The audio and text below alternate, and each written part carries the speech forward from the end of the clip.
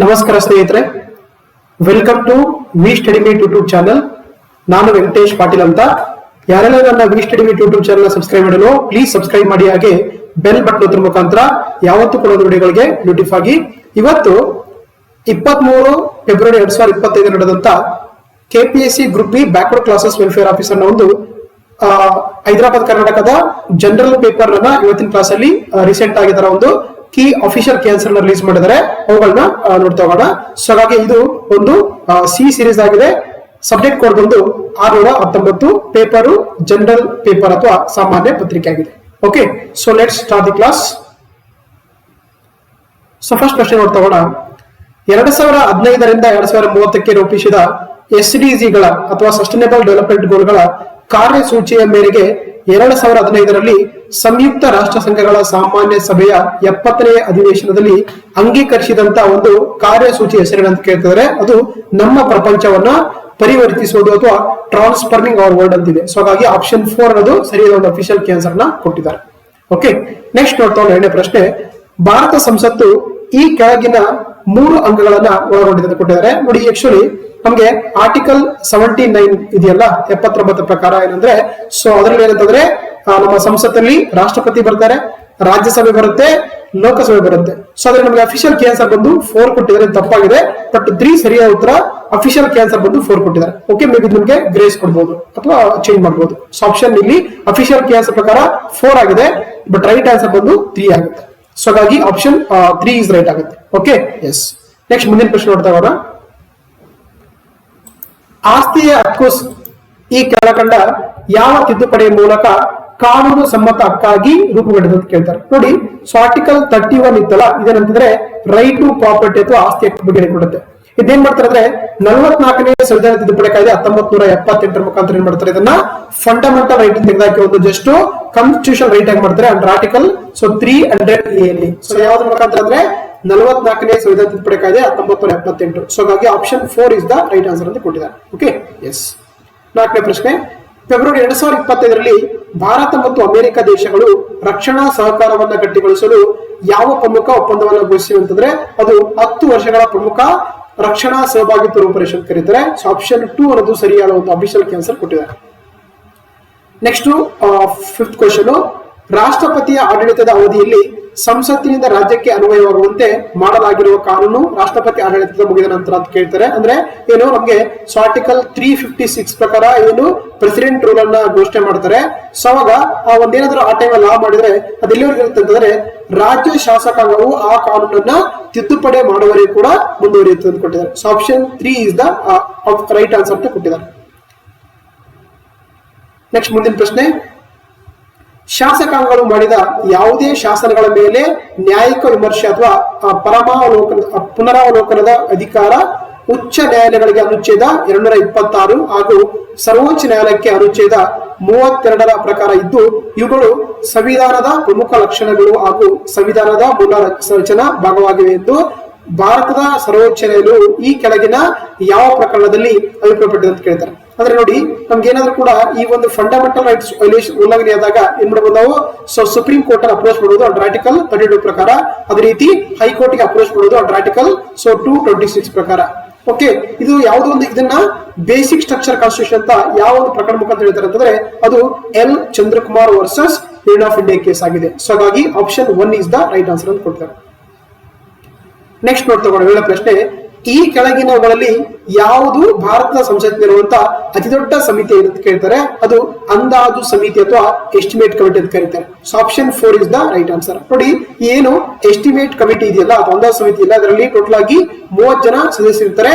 ಎಲ್ಲರೂ ಕೂಡ ಲೋಕಸಭೆಯಿಂದ ಕೂಡಿರ್ತಾರೆ. ಇಲ್ಲಿ ಯಾವುದೇ ರೀತಿಯ ರಾಜ್ಯಸಭೆ ಮೆಂಬರ್ಸ್ ಇರಂಗಿಲ್ಲ. ಹಾಗಾಗಿ ಇದು ನಮ್ಮ ಪಾರ್ಲಿಮೆಂಟ್ ನ ಅತಿ ದೊಡ್ಡ ಸಮಿತಿ ಆಗಿರುತ್ತೆ. ಸೊ ಆಪ್ಷನ್ 4 ನೋಡಿ. ಅದೇ ರೀತಿ ಈ ಸಾರ್ವಜನಿಕ ಲೆಕ್ಕಪತ್ರ ಸಮಿತಿ ಆಗಿರ್ಬೋದು, ಸಾರ್ವಜನಿಕ ನಿಗಮ ಸಮಿತಿಯಲ್ಲಿ ಅಂದ್ರೆ ಟೋಟಲ್ ಆಗಿ 22 ಜನ ಇರ್ತಾರೆ. ಇಲ್ಲಿ ಲೋಕಸಭಾ ಸದಸ್ಯರು ಇರ್ತಾರೆ, ಅದೇ ರೀತಿ ರಾಜ್ಯಸಭಾ ಸದಸ್ಯರು ಕೂಡ ಇರ್ತಾರೆ.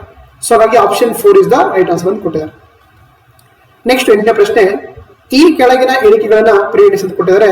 So option A. 13ನೇ ಡಿಸೆಂಬರ್ 1940ರಂದು ವಸ್ತುನಿಷ್ಠ ನಿರ್ಣಯ ಅಥವಾ ಆಬ್ಜೆಕ್ಟಿವ್ ರೆಸಲ್ಯೂಷನ್ ಅನ್ನ ಜವಾಹರ್ಲಾಲ್ ನೆಹರು ಅವರು ಮಂಡಿಸಿದರು ಮತ್ತು 1947ರ ಜನವರಿ 22ರಂದು ಸಂವಿಧಾನ ರಚನಾ ಸಭೆಯಿಂದ ಅದನ್ನ ಅಳವಡಿಸಿಕೊಳ್ಳಲಾಗಿದೆ ಕೊಟ್ಟಿದ್ದಾರೆ. ಸೊ ಬಿ ಸ್ಟೇಟ್ಮೆಂಟ್ ವಸ್ತುನಿಷ್ಠ ನಿರ್ಣಯವು ಭಾರತವನ್ನ ಸ್ವತಂತ್ರ ಸಾರ್ವಭೌಮ ಗಣರಾಜ್ಯವಾಗಿ ಘೋಷಿಸಿದೆ ಎಂದು ಕೊಟ್ಟಿದ್ದಾರೆ. ಸೊ ಸಿ ಸ್ಟೇಟ್ಮೆಂಟ್ ವಸ್ತುನಿಷ್ಠ ನಿರ್ಣಯವು ಭಾರತವು ಇಂದಿನ ಬ್ರಿಟಿಷ್ ಭಾರತದ ಭೂ ಪ್ರದೇಶಗಳು, ಭಾರತದ ರಾಜ್ಯಗಳು ಮತ್ತು ಬ್ರಿಟಿಷ್ ಭಾರತ ಹೊರಗಿನ ಇತರ ಭಾಗಗಳು ಮತ್ತು ಒಕ್ಕೂಟದ ಭಾಗವಾಗಬೇಕೆಂಬ ಇಚ್ಛೆ ಉಳ್ಳಂತ ಭಾರತ ರಾಜ್ಯಗಳ ಒಂದು ಒಕ್ಕೂಟ ಆಗಬೇಕೆಂದು ಹೇಳುತ್ತದೆ ಕೊಟ್ಟಿದ್ದಾರೆ. ಓಕೆ, ಇಲ್ಲಿ ಕೊಟ್ಟಂತ ಹೇಳಿಕೆಗಳು ಯಾವ ಸರಿ ಅಂದ್ರೆ ಕೊಟ್ಟಂತ ಎಲ್ಲಾ ಹೇಳಿಕೆಗಳು ಎ, ಬಿ ಮತ್ತು ಸಿ ಕೂಡ ಕರೆಕ್ಟ್ ಆಗುತ್ತೆ. ಹಾಗಾಗಿ ಆಪ್ಷನ್ 4 ಅನ್ನೋದು ಸರಿಯಾದ ಒಂದು ಅಫಿಷಿಯಲ್ ಆನ್ಸರ್ ಕೊಟ್ಟಿದ್ದಾರೆ. ನೆಕ್ಸ್ಟ್ ನೋಡ್ತಾ 9ನೇ ಪ್ರಶ್ನೆ. ಸೊ ಇಲ್ಲಿ ನಮಗೆ ಒಂದ್ ಕಡೆ ಪ್ರಧಾನಮಂತ್ರಿ ಕೊಟ್ಟಿದ್ದಾರೆ, ಸೊ ಇನ್ನೊಂದು ಅವರ ಟೈಮ್ ಇರುವಂತಹ ಉಪ ಪ್ರಧಾನಮಂತ್ರಿಗಳ ಲಿಸ್ಟ್ ಕೊಟ್ಟಿದ್ದಾರೆ. ಸೌದಾ ಮ್ಯಾಚ್ ಮಾಡ್ತಾ ಹೋಗೋಣ. ನೋಡಿ, ಚರಣ್ ಸಿಂಗ್ ಅವರು ಏನಂತಂದ್ರೆ ಆಕ್ಚುಲಿ ಪ್ರಧಾನಮಂತ್ರಿ ಇದ್ದಾಗ ಯಶವಂತ್ ರಾವ್ ಚೌಹಾಣ್ ಅವರು ಡೆಪ್ಯೂಟಿ ಪ್ರೈಮ್ ಮಿನಿಸ್ಟರ್ ಇರ್ತಾರೆ. ಅದೇ ರೀತಿ ಮೊರಾರ್ಜಿ ದೇಸಾಯಿ ಅವರು ಪ್ರೈಮ್ ಮಿನಿಸ್ಟರ್ ಇದ್ದಾಗ ಏನಂತಂದ್ರೆ ಸೊ ಚರಣ್ ಸಿಂಗ್ ಅವರು ಡೆಪ್ಯೂಟಿ PM ಇರ್ತಾರೆ. ಅದೇ ರೀತಿ ಇಂದಿರಾ ಗಾಂಧಿ ಇದ್ದಾಗ ಏನಂದ್ರೆ ಆಕ್ಚುಲಿ ಸೊ ಮೊರಾರ್ಜಿ ದೇಸಾಯಿ ಅವರು ಡೆಪ್ಯೂಟಿ ಪ್ರೈಮ್ ಮಿನಿಸ್ಟರ್ ಆಗಿರ್ತಾರೆ. ಅದೇ ರೀತಿ VP ಸಿಂಗ್ ಟೈಮ್ ಅಲ್ಲಿ ದೇವೇಗೌಡ ಅವರು ಇರ್ತಾರೆ. ಹಾಗಾಗಿ ಇಲ್ಲಿ ನಮಗೆ option 4 A2, B4, 3C, D1 ಆಗಿರುತ್ತೆ. ಹಾಗಾಗಿ ಆಪ್ಷನ್ 4 ಅದು ಸರಿಯಾದ ಅಫಿಷಿಯಲ್ ಆನ್ಸರ್ ಕೊಟ್ಟಿದ್ದಾರೆ. ನೆಕ್ಸ್ಟ್ ನೋಡ್ತೋಣ 10ನೇ ಪ್ರಶ್ನೆ. ಈ ಕೆಳಕಂಡ ದೇಶಗಳಲ್ಲಿ ಯಾವ ದೇಶವು ನ್ಯಾಟೋ ಸಂಘಟನೆಯ ಸದಸ್ಯ ದೇಶವಾಗಿದೆ ಕೊಟ್ಟಿದ್ದಾರೆ. ನ್ಯಾಟೋ ಅಂದ್ರೆ ನಾರ್ತ್ ಅಟ್ಲಾಂಟಿಕ್ ಟ್ರೀಟಿ ಆರ್ಗನೈಸೇಷನ್ ಕರೀತಾರೆ. ನಾರ್ತ್ ಅಟ್ಲಾಂಟಿಕ್ ಟ್ರೀಟಿ ಆರ್ಗನೈಸೇಷನ್ ಅಂತ ಕೊಟ್ಟಿದ್ದಾರೆ. ಇದೊಂದು 32 ದೇಶಗಳ ಉಳ್ಳ ಒಂದು ಸಂಘಟನೆ ಆಗಿರುತ್ತದೆ. ಸೊ ಹಾಗಾಗಿ ಇದರಲ್ಲಿ ಕೊಟ್ಟಂತ ಎಲ್ಲಾ ದೇಶಗಳು ಕೂಡ ಮೆಂಬರ್ ಆಗಿದೆ. ಬಟ್ ನಮಗೆ ಕೀ ಆನ್ಸರ್ ಬಂದು ಆಪ್ಷನ್ 3 ಕೊಟ್ಟಿದ್ದಾರೆ. ಓಕೆ, ಇಲ್ಲಿ ಡೆನ್ಮಾರ್ಕ್ ಕೂಡ ಮೆಂಬರ್ ಆಗಿದೆ, ಕ್ರೊಯೇಷಿಯಾ ಕೂಡ ಆಗಿದೆ, ಫಿನ್ಲ್ಯಾಂಡ್ ಕೂಡ ಆಗಿದೆ, ಅಲ್ಬೇನಿಯಾ ಕೂಡ ಆಗಿದೆ. ಹಾಗಾಗಿ ನಿಮಗಿದು ಸೊ ಈ ಒಂದು ಕ್ವಶನ್ಗೆ ಗ್ರೇಸ್ ಸಿಗುವಂತದ್ದಾಗಿದೆ. ಓಕೆನಾ, ಹಾಗಾಗಿ ಫಿನ್ಲ್ಯಾಂಡ್ ಕೂಡ ಮೆಂಬರ್ ಆಗಿದೆ. ರೀಸೆಂಟ್ ಆಗಿ ಸ್ವೀಡನ್ ಕೂಡ ಮೆಂಬರ್ ಆಗಿರುತ್ತದೆ. ಸೊ ಹಾಗಾಗಿ ಆಪ್ಷನ್ 3 ಅನ್ನೋದು ಸರಿಯಾದ ಒಂದು ಅಫಿಷಿಯಲ್ ಆನ್ಸರ್ ಕೊಟ್ಟಿದ್ದಾರೆ. Okay, yes. ನೆಕ್ಸ್ಟ್ ನೋಡ್ತಾ 11ನೇ ಪ್ರಶ್ನೆ. 1945 ಈಚೆಗೆ ಹಲವಾರು ಅಂತಾರಾಷ್ಟ್ರೀಯ ಮಾನವ ಹಕ್ಕುಗಳ ಒಡಂಬಡಿಕೆ ಮತ್ತು ಇತರೆ ಲಿಖಿತ ಪತ್ರಗಳನ್ನ ಅಳವಡಿಸಿಕೊಳ್ಳಲಾಗಿದೆ. ಅಂದ್ರೆ ಕೆಲವೊಂದ್ ಕಡೆ ಏನಂದ್ರೆ ನಮಗೆ ಕನ್ವೆನ್ಷನ್ ಕೊಟ್ಟಿದ್ದಾರೆ, ಇನ್ನೊಂದ್ ಕಡೆ ವರ್ಷ ಕೊಟ್ಟಿದ್ದಾರೆ. ಸೌದಾ ಇಲ್ಲಿ ಯಾವ ಸರಿಯಾಗಿ ನೋಡ್ತಾ ಹೋಗೋಣ ನೋಡಿ. ಸೊ ಜನಾಂಗ ಹತ್ಯೆಯ ಅಪರಾಧ ತಡೆಗಟ್ಟುವಿಕೆ ಮತ್ತು ಶಿಕ್ಷಾರಹಿತ ಒಡಂಬಡಿಕೆ ಆಗಿದೆ ಅಂದ್ರೆ ಇದು 1948 ಆಗುತ್ತೆ. ಸೊ ಹಾಗಾಗಿ A3 ಕರೆಕ್ಟ್ ಆಗುತ್ತೆ. ಅದೇ ರೀತಿ ನಿರಾಶ್ರಿತರ ಸ್ಥಿತಿಗತಿಗೆ ಸಂಬಂಧಿಸಿದ ಒಡಂಬಡಿಕೆ ಬಂದು ಇದಾಗಿದ್ದು 1951ರಲ್ಲಿ B4 ಆಗುತ್ತೆ. ಅದೇ ರೀತಿ ಮಹಿಳೆಯರ ಮೇಲಿನ ಎಲ್ಲಾ ಪ್ರಕಾರದ ತಾರತಮ್ಯಗಳನ್ನ ತೊಡೆದ ಒಡಂಬಡಿಕೆ ಬಂದು 1979 ಆಗುತ್ತೆ. C1 ಕರೆಕ್ಟ್ ಆಗುತ್ತೆ. ಅದೇ ರೀತಿ ಮಕ್ಕಳ ಹಕ್ಕುಗಳ ಕುರಿತು ಒಡಂಬಡಿಕೆ ಆಗಿದ್ದು 1989ರಲ್ಲಿ. ಸೊ ಹಾಗಾಗಿ ನಮಗೆ option 3 A3, B4, C1, D2 correct ಆಗುತ್ತೆ. ಓಕೆ ಅಂತ ಕೊಟ್ಟಿದ್ದಾರೆ ಅಫಿಷಿಯಲ್ ಆನ್ಸರ್. ನೆಕ್ಸ್ಟ್ ನೋಡ್ತಾ 12ನೇ ಪ್ರಶ್ನೆ. 16ನೇ ಹಣಕಾಸು ಆಯೋಗಕ್ಕೆ ಸಂಬಂಧಪಟ್ಟಂತೆ ಕೆಳಗಿನ ಯಾವ ಸಂಗತಿಗಳು ಸರಿಯಾಗಿವೆ ಅಂತ ಕೊಡ್ತಾರೆ. ನೋಡ್ತಾ ಹೋಗೋಣ. ಎ ಆಪ್ಷನ್ ಶ್ರೀ ಅರವಿಂದ್ ಪನಗಾರಿಯಾ ಆಯೋಗದ ಅಧ್ಯಕ್ಷರಾಗಿ ನೇಮಕ ಕೊಟ್ಟಿದ್ದಾರೆ. ಎಸ್, ಇದು ಸರಿಯಾಗಿದೆ. ಅದೇ ರೀತಿ 16ನೇ ಹಣಕಾಸು ಆಯೋಗದ ಶಿಫಾರಸುಗಳನ್ನ ಏಪ್ರಿಲ್ 1, 2026ರಿಂದ 5 ವರ್ಷಗಳವರೆಗೆ ಜಾರಿಗೊಳಿಸಲು ಕೊಟ್ಟಿದ್ದಾರೆ. ಇದು ಕೂಡ ಸರಿಯಾಗಿದೆ. ಅದೇ ರೀತಿ 16ನೇ ಹಣಕಾಸು ಆಯೋಗದ ಶಿಫಾರಸುಗಳನ್ನ ಏಪ್ರಿಲ್ 1, 2026 ಹಾಗಾಗಿ ಇದು ಸಿ ತಪ್ಪಾಗುತ್ತೆ. ಸೊ ಹಾಗಾಗಿ ಆಪ್ಷನ್ 2 A ಮತ್ತು B ಮಾತ್ರ ಸರಿಯಾದ ಒಂದು ಹೇಳಿಕೆ ಅಂತ ಆಪ್ಷನ್ ಅಫಿಷಿಯಲ್ ಆನ್ಸರ್ ಕೊಟ್ಟಿದ್ದಾರೆ. ಆಪ್ಷನ್ 2. ನೆಕ್ಸ್ಟ್ ನೋಡ್ತಾ ಹೋಗೋಣ 13ನೇ ಪ್ರಶ್ನೆ. ಕೆಳಗಿನ ಹೇಳಿಕೆಗಳಲ್ಲಿ ಯಾವುದು ನಿಜವಾಗಿದೆ ಅಂತ ಕೊಟ್ಟಿದ್ದಾರೆ. ಸೊ ಆಪ್ಷನ್ ಏನು ನೋಡ್ತಾ ಹೋಗೋಣ. ಇತ್ತೀಚಿನ ಕರ್ನಾಟಕ ರಾಜ್ಯ ಹಣಕಾಸು ಆಯೋಗವು 5ನೇ ಹಣಕಾಸು ಆಯೋಗವಾಗಿದೆ ಅಂತ ಕೊಟ್ಟಿದ್ದಾರೆ. Finance commission, state finance commission ಅಂತ ಕರಿತೀವಲ್ವಾ, ಎಸ್ ಅದರಲ್ಲಿ ಕೊಟ್ಟಿದ್ದಾರೆ. ಬಿ ಆಪ್ಷನ್ ಸದರಿ ಆಯೋಗದ ಅಧ್ಯಕ್ಷರು ಬಂದು ಶ್ರೀ ಸಿ ನಾರಾಯಣ ಸ್ವಾಮಿ ಕೊಟ್ಟಿದ್ದಾರೆ. ಎಸ್, ಇದು ಕೂಡ ಸರಿಯಾಗಿದೆ. ಅದೇ ರೀತಿ ರಾಜ್ಯ ಹಣಕಾಸು ಆಯೋಗವು ತನ್ನ ವರದಿಯನ್ನ ಕರ್ನಾಟಕ ಸರ್ಕಾರದ ಮುಖ್ಯಮಂತ್ರಿಯವರಿಗಲ್ಲ, ಅದು ರಾಜ್ಯಪಾಲರಿಗೆ ಸಲ್ಲಿಸುತ್ತೆ. ಸೌದಾ, ಸೊ ಹಾಗಾಗಿ ಇದು ಕೂಡ ತಪ್ಪಾಗುತ್ತೆ. ಸೊ ಆಪ್ಷನ್ 2 A ಮತ್ತು B ಮಾತ್ರ. ಆಪ್ಷನ್ 2 ಒಂದು ಸರಿಯಾದ ಒಂದು ಅಫಿಷಿಯಲ್ ಆನ್ಸರ್ ಕೊಟ್ಟಿದ್ದಾರೆ. ನೆಕ್ಸ್ಟ್ ನೋಡ್ತಾ 14ನೇ ಪ್ರಶ್ನೆ. ಈ ಕೆಳಗಿನ ಯಾವ ಹೇಳಿಕೆಗಳು ಸರಿಯಾಗಿವೆ ಅಂತ ಕೊಟ್ಟಿದ್ದಾರೆ. ಹೌದಾ, ನೋಡಿ ನಮ್ಗೆ ಇಲ್ಲಿ ಸೊ A ಮತ್ತು B ಮಾತ್ರ ಸರಿಯಾಗುತ್ತೆ. ಸೊ ಇದು ಫ್ಯಾಕ್ಚುಯಲ್ ಕ್ವೆಶ್ಚನ್ ಆಗಿದೆ. Option 2 is the right answer ಕೊಟ್ಟಿದ್ದಾರೆ. 2023-24ನೇ ಸಾಲಿನ ಕರ್ನಾಟಕ ಸರ್ಕಾರದ ಬಜೆಟ್ ಅಂದಾಜುಗಳ ಸಾಲಯೇತರ ಬಂಡವಾಳ ಸ್ವೀಕೃತಿಗಳು ಬಂದು 250 ಕೋಟಿ ಎಂದು ಕೊಟ್ಟಿದ್ದಾರೆ. ಇದು ಸರಿಯಾಗಿದೆ. ಅದೇ ರೀತಿ ಕರ್ನಾಟಕ ಸರ್ಕಾರವು 2023-24ನೇ ಸಾಲಿಗಾಗಿ ಪಡೆದುಕೊಂಡ ಸಾಲಯೇತರ ಬಂಡವಾಳ ಸ್ವೀಕೃತಿ ಬಂದು 128.17 ಕೋಟಿ ಅಂತ ಕೊಟ್ಟಿದ್ರೆ ಇದು ಕರೆಕ್ಟ್ ಆಗುತ್ತೆ. ಸಿ ತಪ್ಪಾಗುತ್ತೆ. ಸೊ ಹಾಗಾಗಿ ಆಪ್ಷನ್ ಬಿ 2A ಮತ್ತು ಬಿ ಮಾತ್ರ ಸರಿಯಾಗಿದೆ. ಸೊ 15ನೇ ಪ್ರಶ್ನೆ ನೋಡ್ತೋಣ. ಫೆಬ್ರವರಿ 2025ರಲ್ಲಿ ಭಾರತ ಸರ್ಕಾರವು ದೀರ್ಘಕಾಲಿಕ ಕೃಷಿ ಅಭಿವೃದ್ಧಿ ಯೋಜನೆಯನ್ನ ಘೋಷಿಸಿತು. ಈ ಯೋಜನೆಗಳ ಮುಖ್ಯ ಉದ್ದೇಶಗಳು ಯಾವುದಂತಂದ್ರೆ ದ್ವಿದಳ ಧಾನ್ಯಗಳ ಮತ್ತು ಹತ್ತಿ ಉತ್ಪಾದನೆಯ ವೃದ್ಧಿ ಮಾಡುವಂತದ್ದು. So option 2 is the right answer ಅಂತ ಕೊಟ್ಟಿದ್ದಾರೆ. ನೆಕ್ಸ್ಟ್ 15ನೇ ಪ್ರಶ್ನೆ ನೋಡ್ತೋಣ. ಕೆಳಗಿನ ಯಾವ ಹೇಳಿಕೆಗಳು ಸರಿಯಾಗಿ ಅಂತ ಕೊಟ್ಟಿದ್ದಾರೆ ನೋಡ್ತೋಣ. ಅಖಿಲ ಭಾರತ ಪ್ರಸ್ತುತ ಒಟ್ಟು ಫಲವತ್ತತೆ ದರ ಅಂದ್ರೆ ಟೋಟಲ್ ಫರ್ಟಿಲಿಟಿ ರೇಟ್ ಪ್ರತಿ ಮಹಿಳೆಗೆ 2.1 ಮಕ್ಕಳು ಅಂತ ಕೊಟ್ಟಿದ್ದಾರೆ. ಎಸ್, ಇದು ಸರಿಯಾಗಿದೆ. ಎರಡನೇದು ಅಖಿಲ ಭಾರತ ಒಟ್ಟು ಫಲವತ್ತತೆ ದರವು ಕೇರಳದ ಒಟ್ಟು ಫಲವತ್ತತೆ ದರಕ್ಕಿಂತ ಕಡಿಮೆ ಅಂತ ಕೊಟ್ಟಿದ್ದಾರೆ. ಇದು ತಪ್ಪಾಗಿದೆ. ಸೊ ಕರ್ನಾಟಕದ ಪ್ರಸ್ತುತ ಒಟ್ಟು ಫಲವತ್ತತೆ ದರ ಭಾರತ ಒಟ್ಟು ಫಲವತ್ತತೆ ದರಕ್ಕಿಂತ ಕಡಿಮೆ ಅಂತ ಕೊಟ್ಟಿದ್ದಾರೆ. ಅಂದ್ರೆ ಐ ಥಿಂಕ್ ಅಬ್ವಿಯಸ್ಲಿ ಕರ್ನಾಟಕ ಬಂದು 1.7 ಸಮಥಿಂಗ್ ಇದೆ. ಸೊ ಹಾಗಾಗಿ ಆಕ್ಚುಲಿ ಅದು 2 ಪಾಯಿಂಟ್ ಅಂದ್ರೆ ಭಾರತಕ್ಕಿಂತ ಕಡಿಮೆ ಅಂತ ಕೊಟ್ಟಿದ್ದಾರೆ. ಸೊ ಹಾಗಾಗಿ ಸಿ ಸರಿಯಾಗುತ್ತೆ. ಸೊ ಇಲ್ಲಿ ಸರಿಯಾಗಿ ಬಂದು ಆಪ್ಷನ್ 4A ಮತ್ತು ಸಿ ಮಾತ್ರನೇ ಸರಿಯಾಗಿದೆ ಅಂತ. Option 4 is the right answer ಅಂತ ಕೊಟ್ಟಿದ್ದಾರೆ. ನೆಕ್ಸ್ಟ್ 15ನೇ ಪ್ರಶ್ನೆ ನೋಡ್ತೋಣ. ವಾಯುಮಂಡಲದ ಕಾರ್ಬನ್ ಡೈಆಕ್ಸೈಡ್ ನ ಕಾರ್ಯವಾಗಿ ಸಾಗರದ ನೀರಿನ pH ಮಟ್ಟಗಳಿಗೆ ಸಂಬಂಧಪಟ್ಟಂತೆ ಕೆಳಕಂಡ ಯಾವ ಹೇಳಿಕೆಗಳು ಸರಿಯಾಗಿ ಅಂತಂದ್ರೆ ವಾಯುಮಂಡಲದ ಕಾರ್ಬನ್ ಡೈಆಕ್ಸೈಡ್ ಮಟ್ಟಗಳು ಹೆಚ್ಚಾದಂತೆ ಸಾಗರದ ನೀರಿನ pH ಕಡಿಮೆ ಆಗುತ್ತೆ ಕೊಟ್ಟಿದ್ದಾರೆ. ಆಪ್ಷನ್ 2 ಸರಿಯಾದ ಉತ್ತರ ಅಂತ ಕೊಟ್ಟಿದ್ದಾರೆ. Option 2 is the right answer ಅಂತ ಕೊಟ್ಟಿದ್ದಾರೆ. ನೆಕ್ಸ್ಟ್ 18ನೇ ಪ್ರಶ್ನೆ. ಇವುಗಳಲ್ಲಿ ಯಾವುದು ಅಲ್ಪ ಜೀವಿತ ಮಾಲಿನ್ಯಕಾರಕ ವಸ್ತುಗಳಿಗೆ ಉದಾಹರಣೆಯಲ್ಲ ಅಂದ್ರೆ ಯಾವುದು ಶಾರ್ಟ್ ಲಿವ್ಡ್ ಪೊಲ್ಯೂಟೆಂಟ್ ಅಂತ ಕೊಡ್ತಾರೆ. ಸೊ ಹಾಗಾಗಿ ಏನು ಇದು ಕಾರ್ಬನ್ ಡೈಆಕ್ಸೈಡ್ ಇದೆಯಲ್ಲ ಇದೊಂದು ಶಾರ್ಟ್ ಲಿವ್ಡ್ ಪೊಲ್ಯೂಟೆಂಟ್ ಅಲ್ಲ. ಸೊ ಹಾಗಾಗಿ option 1 is the right answer ಅಂತ ಕೊಟ್ಟಿದ್ದಾರೆ. 19ನೇ ಪ್ರಶ್ನೆ. ಭೂ ಕವಚದಲ್ಲಿ ಹೆಚ್ಚು ಕಾರ್ಬನ್ ಡ್ಯಾಶ್ ನಲ್ಲಿ ಸಂಗ್ರಹವಾಗಿದೆ ಅಂತಂದ್ರೆ ಅದು ಆಬ್ವಿಯಸ್ಲಿ ಸಾಗರ ಕಣಗಳು ಮತ್ತು ಕಣಸೆಲೆಗಳಿಂದ ಆಕ್ಚುಲಿ ಒಂದು ಕಾರ್ಬನ್ ಸಂಗ್ರಹ ಆಗಿರುತ್ತೆ. Option 2 is the right answer ಅಂತ ಕೊಟ್ಟಿದ್ದಾರೆ. 20ನೇ ಪ್ರಶ್ನೆ. ವಾತಾವರಣದಲ್ಲಿ ಹಸಿರುಮನೆ ಅನಿಲಗಳ ಹೆಚ್ಚಳದಿಂದಾಗಿ ಮಿತಿ ಮೀರಿದ ಹಸಿರುಮನೆ ಪರಿಣಾಮ ಉಂಟಾಗಿರುವುದು ಯಾವ ಗ್ರಹ ಅಂದ್ರೆ ಭೂಮಿ ಹೊರತುಪಡಿಸಿ ಯಾವ ಗ್ರಹ ಅಂತಂದ್ರೆ ಅದು ಶುಕ್ರ ಗ್ರಹ ಅಥವಾ ವೀನಸ್ ಪ್ಲಾನೆಟ್ ಅಂತ ಕೊಟ್ಟಿದ್ದಾರೆ. Option 3 is the right answer ಅಂತ ಕೊಟ್ಟಿದ್ದಾರೆ.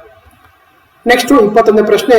2024ನೇ ಸಾಲಿನ ಬೂಕರ್ ಪ್ರಶಸ್ತಿ ಯಾವ ಕಾದಂಬರಿಗೆ ದೊರೆತಿದೆ ಅಂದ್ರೆ ಅದು ಆರ್ಬಿಟಲ್ ಅಂತ ಕೊಟ್ಟಿದ್ದಾರೆ. So option 3 is the right answer. ಇದು ಈ ವರ್ಷ ಕೂಡ ನ್ಯೂಸ್. ಯಾಕಂದ್ರೆ ನೋಡಿ ನಮಗೆ ಏನು 2025 ಇದೆಯಲ್ಲ ಇದು ಕರ್ನಾಟಕಕ್ಕೆ ಬಹಳ ಮಹತ್ವದ ಒಂದು ವರ್ಷ ಅಂತ ಇರಬಹುದು. ಯಾಕಂದ್ರೆ 2025ರ ಇಂಟರ್ನ್ಯಾಷನಲ್ ಬೂಕರ್ ಪ್ರಶಸ್ತಿಯನ್ನ ಕರ್ನಾಟಕದ ಬಾನು ಮುಸ್ತಾಕ್ ಅವರಿಗೆ ಸಿಕ್ಕಿದೆ. Very important. ಸೊ ಬಾನು ನಿನ್ನೆ ತಾನೇ ಹೌದಾ ಏನ್ ಮಾಡಿದ್ರೆ ಬಾನು ಮುಸ್ತಾಕ್ ಅವರಿಗೆ ಸಿಕ್ಕಿದೆ. ಅವರ ಕೃತಿ ಬಂದು ಹಾರ್ಟ್ ಲ್ಯಾಂಪ್ ಅಂತ ನೋಡಿ, ಹಾರ್ಟ್ ಲ್ಯಾಂಪ್ ಅಂತ. ಸೊ ಹಾಗಾಗಿ ಈ ವರ್ಷ ನಮಗೆ ಇದು ಕರೆಂಟ್ ಅಫೇರ್ಸ್ ತುಂಬಾ ಇಂಪಾರ್ಟೆಂಟ್. ಹಾರ್ಟ್ ಲ್ಯಾಂಪ್ ಅಂತ ಕರೀತಾರೆ. ಸೊ ಹಾಗಾಗಿ 2025ರ ಅಂತಾರಾಷ್ಟ್ರೀಯ ಬೂಕರ್ ಪ್ರಶಸ್ತಿಯನ್ನ ಕರ್ನಾಟಕದ ಮಹಿಳಾ ಸಾಹಿತಿಯಾಗಿರುವಂತಹ ಬಾನು ಮುಸ್ತಾಕ್ ಅವರಿಗೆ ಸಿಗ್ತದೆ. ಅವರ ಒಂದು ಕೃತಿ ಬಂದು ಹಾರ್ಟ್ ಲ್ಯಾಂಪ್ ಅಂತ ಕರೀತಾರೆ. ಓಕೆ.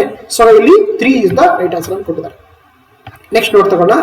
ಯಾವ ನಗರದಲ್ಲಿ 2ನೇ ಅಂತಾರಾಷ್ಟ್ರೀಯ ಆಯುಷ್ ಸಮ್ಮೇಳನ ಮತ್ತು ವಸ್ತು ಪ್ರದರ್ಶನ ನಡೆಯುತ್ತೆ ಅಂತಂದ್ರೆ ಅದು ದುಬೈಯಲ್ಲಿ ನಡೀತದೆ. So option 2 is the right answer ಅಂತ ಕೊಡ್ತಾರೆ. 23ನೇ ಪ್ರಶ್ನೆ ನೋಡ್ತಗೋಣ. ಯಾವ ಹುಲಿ ಸಂರಕ್ಷಿತ ಪ್ರದೇಶವು ಡಾರ್ಕ್ ಸ್ಕೈ ಪಾರ್ಕ್ ಎಂಬ ಶೀರ್ಷಿಕೆಯನ್ನು ಪಡೆದುಕೊಂಡಿದೆ ಅಂದ್ರೆ ಅದು ಪೆಂಚ್ ಹುಲಿ ಸಂರಕ್ಷಿತ ಪ್ರದೇಶವಾಗಿದೆ. ಇದು ಇರುವಂತದ್ದು ಮಧ್ಯಪ್ರದೇಶ್ ರಾಜ್ಯದಲ್ಲಿ. ಸೊ ಹಾಗಾಗಿ option 2 is the right answer ಕೊಟ್ಟಿದ್ದಾರೆ. ನೆಕ್ಸ್ಟ್ ನೋಡ್ತಗೋಣ. ಪ್ರಥಮ ದರ್ಜೆ ಕ್ರಿಕೆಟ್ ಯಾವ ಆಟಗಾರನು ಅತಿ ವೇಗದ ತ್ರಿಶತಕ ಬಾರಿಸಿ ದಾಖಲೆ ನಿರ್ಮಿಸಿದರೆ ಅಂದ್ರೆ ಅದು ತನ್ಮಯ್ ಅಗರ್ವಾಲ್ ಅಂತ ಒಬ್ಬ ಹೈದರಾಬಾದ್ ನ ಒಬ್ಬ ಪ್ಲೇಯರ್ ಆಗಿದ್ದಾರೆ. ಸೊ ಹಾಗಾಗಿ ಅಂದ್ರೆ ಅವರು ಇತ್ತೀಚೆಗೆ 3 ಸೆಂಚುರಿಯನ್ನು ಮಾಡಿದ್ದಾರೆ. So option 1 is the right answer. Next ನೋಡ್ತಗೋಣ. 25ನೇ ಪ್ರಶ್ನೆ. ಕೆಳಗಿನ ಯಾವ ಹೇಳಿಕೆಗಳು ಪರಿಗಣಿಸಲು ಕೊಟ್ಟಿದ್ದಾರೆ. ಸೊ ಆಪ್ಷನ್ ಏನು ನೋಡ್ತಗೋಣ. ಅಟಲ್ ಸುರಂಗ ಮಾರ್ಗವನ್ನ ಗಡಿನಾಡು ರಸ್ತೆ ಸಂಘಟನೆ ಅಥವಾ ಬಾರ್ಡರ್ ರೋಡ್ ಆರ್ಗನೈಸೇಷನ್ ನಿರ್ಮಿಸಿದ್ದು ಕೊಟ್ಟಿದ್ದಾರೆ. ಎಸ್, ಇದು ಸರಿಯಾಗಿದೆ. ಅದೇ ರೀತಿ ಇದನ್ನ ಸಿಕ್ಕಿಲಾ ಕಣಿವೆಯಲ್ಲಿ ಅಲ್ಲ, ಇದನ್ನ ರೋಹತಾಂಗ್ ಪಾಸ್ ಅಂತ ಕರಿತೀವಿ. ಇದನ್ನ ರೋಹತಾಂಗ್ ಪಾಸ್ ಕಣಿವೆಯಲ್ಲಿ ನಿರ್ಮಿಸಲಾಗಿದೆ. ಸೊ ಬಿ ತಪ್ಪಾಗಿದೆ. ಇದು ಮನಾಲಿಯಿಂದ ಲಾಹುಲ್ ಸ್ಪಿಟಿ ಕಣಿವೆಗೆ ಸಂಪರ್ಕ ಮಾಡುತ್ತೆ ಕೊಟ್ಟಿದ್ದಾರೆ. ಎಸ್, ಇದು ಸರಿಯಾಗಿದೆ. ಇದರ ಒಟ್ಟು ಉದ್ದ ಬಂದು 9.2 ಕಿಲೋಮೀಟರ್ ಆಗಿದೆ, 8 ಕಿಲೋಮೀಟರ್ ಅಲ್ಲ. ಸೊ ಹಾಗಾಗಿ ಸರಿಯಾದ ಬಂದು ಎ ಮತ್ತು ಸಿ ಮಾತ್ರ ಸರಿಯಾಗಿದೆ. ಹಾಗಾಗಿ ಆಪ್ಷನ್ 2 ಅನ್ನೋದು ಸರಿಯಾದ ಉತ್ತರ ಕೊಟ್ಟಿದ್ರೆ ಅಫಿಷಿಯಲ್ ಕ್ಯಾನ್ಸರ್ ಅಲ್ಲಿ. ನೆಕ್ಸ್ಟ್ ನೋಡ್ತಾ 26ನೇ ಪ್ರಶ್ನೆ. ಸಂವಿಧಾನದ ಅನುಚ್ಛೇದ 359ನೇ ಅನ್ವಯಿಸಿದಲ್ಲಿ ಯಾವ ಮೂಲಭೂತ ಹಕ್ಕುಗಳು ಅಮಾನತ್ತಾಗುತ್ತವೆ ಅಂತ ಕೇಳ್ತಾರೆ. ಸೊ ನೋಡಿ, ಯಾವಾಗ ನಮ್ಮ ದೇಶದಲ್ಲಿ ಅಂಡರ್ ಆರ್ಟಿಕಲ್ 352 ಪ್ರಕಾರ ಏನು ಒಂದು ರಾಷ್ಟ್ರೀಯ ತುರ್ತು ಪರಿಸ್ಥಿತಿ ಘೋಷಣೆ ಮಾಡ್ತಾರೋ ಅವಾಗ ಏನಾಗುತ್ತೆ ಅಂದ್ರೆ ಕೆಲವೊಂದು ಫಂಡಮೆಂಟಲ್ ರೈಟ್ಸ್ ಗಳನ್ನ ಸಸ್ಪೆಂಡ್ ಮಾಡ್ತಾರೆ.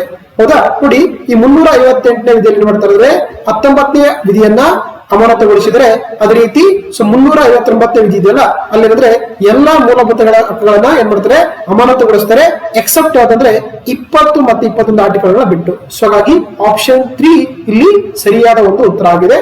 ಆಪ್ಷನ್ ಆನ್ಸರ್ ಕೊಟ್ಟಿದ್ದಾರೆ. Okay, option 3 is the right answer. Next ನೋಡ್ತಗೋಣ. ಕೇಂದ್ರ ಹಣಕಾಸು ಮಸೂದೆಗೆ ಸಂಬಂಧಪಟ್ಟಂತೆ ಕೆಳಗಿನ ಹೇಳಿಕೆಗಳನ್ನ ಪರಿಗಣಿಸಿಕೊಟ್ಟಿದ್ದಾರೆ.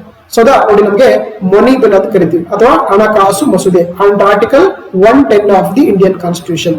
ನೋಡ್ತಗೋಣ. ಈ ಆಪ್ಷನ್ ಯಾವ ಮಸೂದೆ ಅನುಚ್ಛೇದ 110ರ ಅವಶ್ಯಕತೆಗಳನ್ನು ಪೂರೈಸದೆಯಲ್ಲೋ ಅದು ಹಣಕಾಸು ಮಸೂದೆಯಲ್ಲ. ಎಸ್, ಇದು ಸರಿಯಾಗಿದೆ.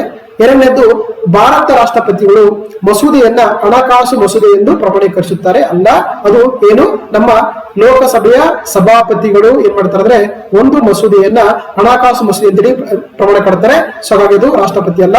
ಸೊ ಬಿ ಸ್ಟೇಟ್ಮೆಂಟ್ ತಪ್ಪಾಗುತ್ತೆ. ಮೂರನೇದು, ಹಣಕಾಸು ಮಸೂದೆಯ ಕುರಿತು ಉಭಯ ಸದನಗಳ ನಡುವಿನ ಭಿನ್ನಾಭಿಪ್ರಾಯವನ್ನ ಪರಿಹರಿಸಲು ಜಂಟಿ ಅಧಿವೇಶನ ಕರ್ತವ್ಯ ಅಂತ ಕೊಟ್ಟಿದ್ರೆ ಎಸ್, ಇದಕ್ಕೂ ಕೂಡ ಕರೆಯಕ್ಕೆ ಅವಕಾಶ ಇರಂಗಿಲ್ಲ. ಸೊ ಸಿ ಕೂಡ ತಪ್ಪಾಗುತ್ತೆ.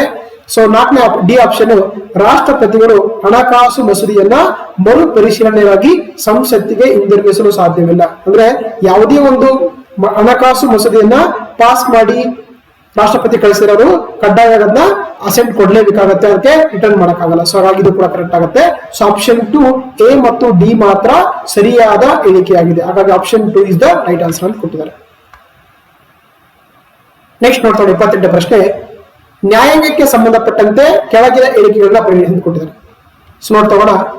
ಶಾಸಕಾಂಗದ ಪ್ರಕ್ರಿಯೆಗಳ ನಡವಳಿಕೆಯಲ್ಲಿ ಉಭಯ ಸದನಗಳ ಸಭಾಧ್ಯಕ್ಷರ ಮೇಲೆ ಆರೋಪಿಸಲಾದ ಕಾರ್ಯವಿಧಾನದ ಅಕ್ರಮಗಳು ನ್ಯಾಯಾಲಯದ ವ್ಯಾಪ್ತಿಗೆ ಒಳಪಟ್ಟಿರುತ್ತದೆ ಅಂತ ಕೊಟ್ಟಿದ್ರೆ ಇಲ್ಲ, ಇದು ಒಳಪಟ್ಟಿರಂಗಿಲ್ಲ. ಫಸ್ಟ್ ಸ್ಟೇಟ್ಮೆಂಟ್ ತಪ್ಪಾಗುತ್ತೆ. ಬಿ ಸ್ಟೇಟ್ಮೆಂಟ್, ಸಂವಿಧಾನದ ಉಲ್ಲಂಘನೆಯ ಆಧಾರದ ಮೇಲೆ ಸರ್ವೋಚ್ಚ ನ್ಯಾಯಾಲಯದ ನ್ಯಾಯಾಧೀಶರನ್ನ ಮಹಾಭಿಯೋಗಗೊಳಿಸುವಂತ ಕೊಟ್ಟಿದ್ದಾರೆ. ನೋಡಿ, ಏನು ಸುಪ್ರೀಂ ಕೋರ್ಟ್ ಜಡ್ಜ್ ಇದಾರಲ್ಲ ಅವರನ್ನ ಎರಡು ವಿಷಯಕ್ಕಾಗಿ ಏನ್ ಮಾಡ್ತಾರೆ, ಅವ್ರನ್ನ ತೆಗೆದುಹಾಕಬಹುದು. ಒಂದು ಮಿಸ್ ಬಿಹೇವಿಯರ್, ಇನ್ನೊಂದು ಇನ್ಕೆಪಾಸಿಟಿ ಅಂದ್ರೆ ದುರ್ನಡತೆ, ಇನ್ನೊಂದು ಅಸಮರ್ಥತೆ. ಹಾಗಾಗಿ ಸಂವಿಧಾನ ಉಲ್ಲಂಘನೆ ಇದೆಯಲ್ಲ ಇದನ್ನ ಯಾವ ಕಾರಣಕ್ಕೆ ಯಾಕೆ ಅಂದ್ರೆ ಪ್ರೆಸಿಡೆಂಟ್ ಆಫ್ ಇಂಡಿಯಾ ಅಂದ್ರೆ ತೆಗಿಬೇಕಾದ್ರೆ ಈ ರೀಸನ್ ಕೊಡ್ತಾ ಹೋಗ್ತಾರೆ. ಸೊ ಹಾಗಾಗಿ ಬಿ ಸ್ಟೇಟ್ಮೆಂಟ್ ಕೂಡ ತಪ್ಪಾಗಿದೆ.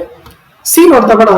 ಭಾರತ ಮುಖ್ಯ ನ್ಯಾಯಾಧೀಶರ ಸ್ಥಾನ ಖಾಲಿಯಾದಾಗ ಸರ್ವೋಚ್ಚ ನ್ಯಾಯಾಲಯದ ಹಿರಿಯ ನ್ಯಾಯಮೂರ್ತಿಗಳು ಮುಖ್ಯ ನ್ಯಾಯಾಧೀಶರಾಗಿ ಅಧಿಕಾರ ವಹಿಸಿಕೊಳ್ಳುತ್ತಾರೆ. ಅಲ್ಲ, ಅದನ್ನ ಪ್ರೆಸಿಡೆಂಟ್ ಆಫ್ ಇಂಡಿಯಾ ಅಪಾಯಿಂಟ್ ಮಾಡ್ತಾ ಹೋಗ್ತಾರೆ. ಸೊ ಹಾಗಾಗಿ ಇದು ಕೂಡ ತಪ್ಪಾಗುತ್ತೆ. ಡಿ ನೋಡ್ತಗೋಣ.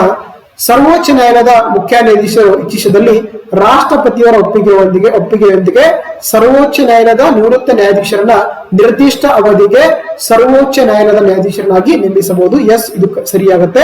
ಹಾಗಾಗಿ ಇಲ್ಲಿ ಸರಿಯಾದ ಆಪ್ಷನ್ 4 ಡಿ ಮಾತ್ರ ಸರಿಯಾಗಿದೆ, ಎ ಬಿ ಸಿ ತಪ್ಪಾಗಿದೆ ಅಂತ ಕೊಟ್ಟಿದ್ದಾರೆ. Option 4 is the right answer ಅಂತ ಅಫಿಷಿಯಲ್ ಕ್ಯಾನ್ಸಲ್ ಕೊಟ್ಟಿದ್ದಾರೆ.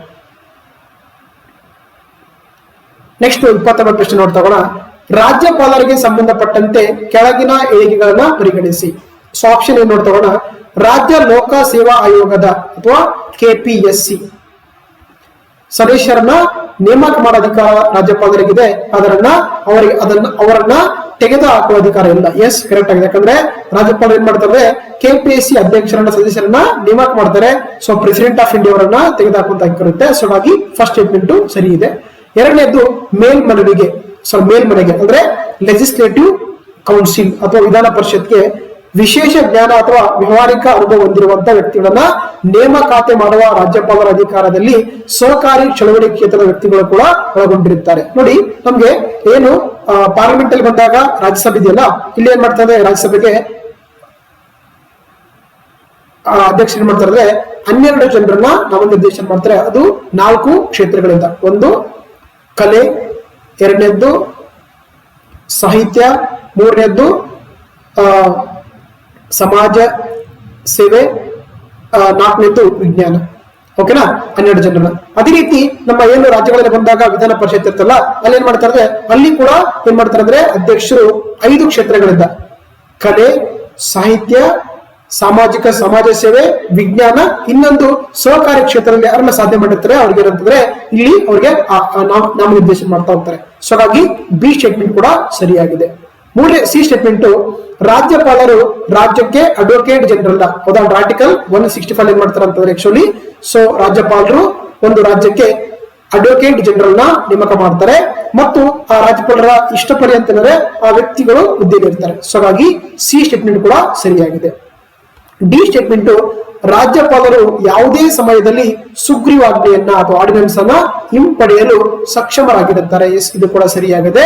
ಇಲ್ಲಿ ಸರಿಯಾದಂದ್ರೆ ಕೊಟ್ಟಂತ ಎಲ್ಲಾ ಹೇಳಿಕೆಗಳು ಆಪ್ಷನ್ 4 ಮೇಲೆಲ್ಲ ಕೂಡ ಸರಿಯಾದ ಕೊಟ್ಟಿದ್ದಾರೆ. Option 4 is the right answer ಕೊಟ್ಟಿದ್ದಾರೆ.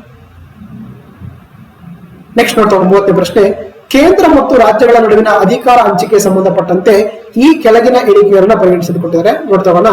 ಆಪ್ಷನ್ 1A, ಒಂದು ನಿರ್ದಿಷ್ಟ ವಿಷಯವು ಉಳಿಕೆ ಅಧಿಕಾರದ ಅಡಿಯಲ್ಲಿ ಬರುತ್ತದೆ ಅಥವಾ ಇಲ್ಲವೇ ಎಂಬ ಅಂತಿಮ ನಿರ್ಣಯವು ನ್ಯಾಯಾಲಯಗಳಾಗಿ ತಂದುಕೊಂಡಿದ್ದಾರೆ. ಸೊ ಎರಡನೇ ಆಪ್ಷನ್ ಬಿ ಆಪ್ಷನ್, ರಾಜ್ಯ ಪಟ್ಟಿಗೆ ಸಂಬಂಧಿಸಿದ ಯಾವ ವಿಷಯದ ಮೇಲೆ ಯಾವುದೇ ಒಪ್ಪಂದ ಅಥವಾ ಅಂತಾರಾಷ್ಟ್ರೀಯ ಒಪ್ಪಂದವನ್ನ ಕಾರ್ಯಗತಗೊಳಿಸುವ ವಿಶೇಷ ಕಾರ್ಯನಿರ್ವಾಹಕ ಅಧಿಕಾರವನ್ನ ಕೇಂದ್ರ ಹೊಂದಿಕೊಂಡಿದ್ದಾರೆ. ಸಿ ಸ್ಟೇಟ್ಮೆಂಟ್, ರಾಜ್ಯದಲ್ಲಿ ಸಂವಿಧಾನಿಕ ವೈಫಲ್ಯದ ಘೋಷಣೆ ನಂತರ ರಾಜ್ಯಪಾಲರೇ ಸ್ವತಃ ರಾಜ್ಯದ ಕಾರ್ಯನಿರ್ವಾಹಕ ಅಧಿಕಾರ ವಹಿಸ್ಕೊಳ್ತಾ ಅಂದ್ಕೊಟ್ಟಿದ್ರೆ ತಪ್ಪಾಗುತ್ತೆ. ರಾಷ್ಟ್ರಪತಿ ಹೇಳಿದ ಮೇಲೆ ಆಗ್ತಾ ಹೋಗ್ತಾರೆ, ಹಾಗಾಗಿ ಅವರಿಗೆ ಸ್ವತಃ ತೊಗೊಳಕಂತ ಅಧಿಕಾರ ಇಲ್ಲ, ತಪ್ಪಾಗುತ್ತೆ. ಡಿ ಆಪ್ಷನ್, ಭೂ ಕಂದಾಯದ ಮೇಲಿನ ತೆರಿಗೆ ಮತ್ತು ಭೂಮಿ ಮೇಲಿನ ಕೃಷಿ ಭೂಮಿ ಮೇಲಿನ ಆದಾಯ ತೆರಿಗೆಯನ್ನ ಕೇಂದ್ರವು ವಿಧಿಸುತ್ತದೆ. ಇದು ಕೂಡ ತಪ್ಪಾಗುತ್ತೆ. ಹಾಗಾಗಿ ಸರಿಯಾದ ಬಂದು ಆಪ್ಷನ್ 1A ಮತ್ತು ಬಿ ಮಾತ್ರನೇ ಸರಿಯಾದ ಹೇಳಿಕೆಯಾಗಿದೆ. ನೆಕ್ಸ್ಟ್ ನೋಡ್ತಗೋಣ. 31ನೇ ಪ್ರಶ್ನೆ, ಪರಮಾಣು ಪ್ರಸರಣ ನಿಷೇಧ ಅಂತ ಕರಿತೀವಿ. ಇಂಗ್ಲಿಷ್ ನಾವು ನಾನ್ ಪ್ರೊಲಿಫರೇಷನ್ ಟ್ರೀಟಿ ಅಂತ ಕರೀತಾರೆ. ಪರಮಾಣು ಪ್ರಸರಣ ನಿಷೇಧ ಒಪ್ಪಂದದಲ್ಲಿ ಭಾರತದ ನಿಲುವಿಗೆ ಸಂಬಂಧಪಟ್ಟಂತೆ ಕೆಳಗಿನ ಹೇಳಿಕೆಗಳನ್ನ ಪರಿಗಣಿಸಿಕೊಂಡಿದ್ದಾರೆ. ನೋಡ್ತಗೋಣ. ಸೊ ಎ ಸ್ಟೇಟ್ಮೆಂಟ್ ಇಲ್ಲಿ ನೋಡಿ, ಇದ್ರ ಬಗ್ಗೆ ಹೇಳ್ಬೇಕಾದ್ರೆ, ಸೊ ಏನು NPT ಇದೆಯಲ್ಲ, NPT ಏನಂತಂದ್ರೆ ಯಾವ ಒಂದು ದೇಶಗಳು ಈ ಒಂದು NPTಗೆ ಒಂದು ಒಪ್ಪಂದಕ್ಕೆ ಸಹಿ ಮಾಡ್ತಾವೋ ಅವುಗಳು ಯಾವುದೇ ಕಾರಣ ಕೂಡ ಈ ಒಂದು ನ್ಯೂಕ್ಲಿಯರ್ ಈ ಪರಮಾಣು ಅಂದ್ರೆ ಅಣುಶಾಸ್ತ್ರಗಳನ್ನ ಪರಮಾಣು ಅಂದ್ರೆ ಅದುಗಳನ್ನ ಅಂದ್ರೆ ಶಸ್ತ್ರಾಸ್ತ್ರಗಳನ್ನು ಹೊಂದಂಗಿಲ್ಲ ಅಂತ ಹೇಳುತ್ತೆ. ಓನ್ಲಿ ಏನು P5 ಕಂಟ್ರಿಗಳಿದೆಯಲ್ಲ, ಅಂದ್ರೆ ವಿಶ್ವಸಂಸ್ಥೆ ಬರುವಂತ 5 ಪರ್ಮನೆಂಟ್ ದೇಶಗಳಿದೆಯಲ್ಲ ಅವು ಮಾತ್ರ ಹೊರಬೇಕಾಗತ್ತೆ, ಬೇರೆ ಹೊಂದಂಗಿಲ್ಲ ಅಂತ ಏನ್ ಮಾಡುತ್ತೆ ಈ ಒಂದು ಒಪ್ಪಂದ ಹೇಳ್ಕೊಡುತ್ತೆ. ಹೌದಾ? ನೋಡಿ ಎ ಆಪ್ಷನ್ ನೋಡ್ತಗೋಣ. ಈ ಒಪ್ಪಂದವು ತಾರತಮ್ಯದಿಂದ ಕೂಡಿದ್ದು ಇದು ಜಗತ್ತನ್ನ ಪರಮಾಣು ಹೊಂದಿದ ಮತ್ತು ಹೊಂದಿರದ ದೇಶಗಳಾಗಿ ವಿಭಾಗಿಸುತ್ತೆ. ಆ ಕಾರಣಕ್ಕಾಗಿ ಭಾರತ ಸಹಿ ಹಾಕಲು ನಿರಾಕರಿಸಿದೆ. ಎಸ್, ಫಸ್ಟ್ ಸ್ಟೇಟ್ಮೆಂಟ್ ಕರೆಕ್ಟ್ ಆಗಿದೆ. ಎರಡನೇ ಸ್ಟೇಟ್ಮೆಂಟ್ ಪರಮಾಣು ಮುಕ್ತ ಜಗತ್ತಿಗೆ ಕಾರಣವಾಗುತ್ತದೆ ಕೊಟ್ಟಿದ್ರೆ ಇದು ಎರಡನೇ ಆಪ್ಷನ್ ತಪ್ಪಾಗಿದೆ. ಮೂರನೇದು ಇತರರು ಪರಮಾಣು ಶಸ್ತ್ರ ಹೊಂದಲು ಮುಂದುವರಿಸಿದಾಗ ಭಾರತವು ಪರಮಾಣು ಶಾಸ್ತ್ರ ಯೋಜನೆಯನ್ನ ಬಿಟ್ಟುಕೊಡೋದಿಲ್ಲ ಅಂತ ಕೊಟ್ಟರೆ ಎಸ್, ಇದು ಸರಿಯಾಗುತ್ತೆ. ಅದೇ ರೀತಿ ಆಪ್ಷನ್ ಡಿ ಯಲ್ಲಿ ನೆರೆಹೊರೆಯವರು ಪರಮಾಣು ಶಸ್ತ್ರಗಳನ್ನ ಅಭಿವೃದ್ಧಿಪಡಿಸಿದರೆ ಪರಮಾಣು ಪ್ರಸರಣ ನಿಷೇಧ ಒಪ್ಪಂದದಿಂದ ಹೊರಬರಲು ಮುಕ್ತವಾಗಿರುವ ಷರತ್ತಿನ ಮೇಲೆ ಭಾರತ ಇದಕ್ಕೆ ಸಹಿ ಮಾಡಿದ, ಭಾರತಕ್ಕೆ ಇನ್ನು ಕೂಡ ಸಹಿ ಮಾಡಿದ, ತಪ್ಪಾಗುತ್ತೆ. ಸೊ ಹಾಗಾಗಿ ಆಪ್ಷನ್ 1A ಮತ್ತು ಸಿ ಮಾತ್ರ ಸರಿಯಾಗಿದೆ. ನೆಕ್ಸ್ಟ್ ನೋಡ್ತಾ ಹೋಗಿ 32ನೇ ಪ್ರಶ್ನೆ, ಭಾರತದಲ್ಲಿ ಮೊದಲ ಖಾಸಗಿ ಉಪಗ್ರಹ ವಿಕ್ರಮ್ ಎಸ್ ಅನ್ನ ಅಭಿವೃದ್ಧಿಪಡಿಸಿದ್ರೆ ಅಂತಂದ್ರೆ ಅದು ಸ್ಕೈ ರೂಟ್ ಏರೋಸ್ಪೇಸ್ ಅಂತ ಒಂದು ಏನ್ ಖಾಸಗಿ ಕಂಪನಿ ಏನ್ ಮಾಡುತ್ತೆ, ಫಸ್ಟ್ ಟೈಮ್ ಒಂದು ಪ್ರೈವೇಟ್ ಆಗಿ ಸ್ಯಾಟಲೈಟ್ ಲಾಂಚ್ ಮಾಡಿದೆ. ಅದ್ರ ಹೆಸರು ಒಂದು ವಿಕ್ರಮ್ ಸಾರಾಭಾಯಿ ಅಥವಾ ವಿಕ್ರಮ್ ಎಸ್ ಅಂತ ಕರೀತಾರೆ. ಸೊ ಹಾಗಾಗಿ ಆಪ್ಷನ್ 3 ಇನ್ನೊಂದು ಸರಿಯಾದ ಅಫಿಷಿಯಲ್ ಕ್ಯಾನ್ಸರ್ ಕೊಟ್ಟಿದ್ದಾರೆ. ಸೊ 33ನೇ ಪ್ರಶ್ನೆ ಮೆಂಟಲ್ ಎಬಿಲಿಟಿ ಕ್ವಶನ್ಸ್ ಇದೆ. ಆಪ್ಷನ್ 4 ಅನ್ನೋದು ಸರಿಯಾದ ಕೊಟ್ಟಿದ್ದಾರೆ. 288 ಮೀಟರ್ ಅಂತಿದೆ. 34ನೇ ಪ್ರಶ್ನೆ, ಚುಟುಗಳು ಡ್ಯಾಶ್ ನಗರದಿಂದ ಆಳ್ವಿಕೆ ನಡೆಸಿದಂತಂದ್ರೆ ಅದು ಬನವಾಸಿ ಕದಂಬ ರಾಜಧಾನಿಗಳಂತ ಬನವಾಸಿ ನಡೆಸಿಕೊಂಡಿದ್ದಾರೆ. Option 3 is the right answer ಅಂತ ಕೊಟ್ಟಿದ್ದಾರೆ. 35ನೇ ಪ್ರಶ್ನೆ, ಕದಂಬರ ಮೂಲವನ್ನ ಮಯೂರ ಶರ್ಮನೊಂದಿಗೆ ದೃಢಪಡಿಸುವ ಶಾಸನ ಯಾವುದು ಅಂತಂದ್ರೆ ಅದು ಗುಡ್ನಾಪುರ ಶಾಸನ ಮತ್ತೆ ತಾಳಗುಂದ ಶಾಸನ ಅಂತ ಕೊಟ್ಟಿದ್ದಾರೆ. ಸೊ ಆಪ್ಷನ್ 2A ಮತ್ತು ಸಿ ಮಾತ್ರ ಸರಿ ಅಂತ ಕೊಟ್ಟಿದ್ದಾರೆ. 36ನೇ ಪ್ರಶ್ನೆ, ಚೌಕಿದಾರ್ ತೆರಿಗೆಯನ್ನ ಮೊದಲು ವಿರೋಧಿಸಿದ ಸ್ಥಳ ಅಂತಂದ್ರೆ ಅದು ಬಿಹಾರ್ ಅಂತ ಕೊಟ್ಟಿದ್ದಾರೆ. Option 2 is the right answer ಅಂತ ಕೊಟ್ಟಿದ್ದಾರೆ.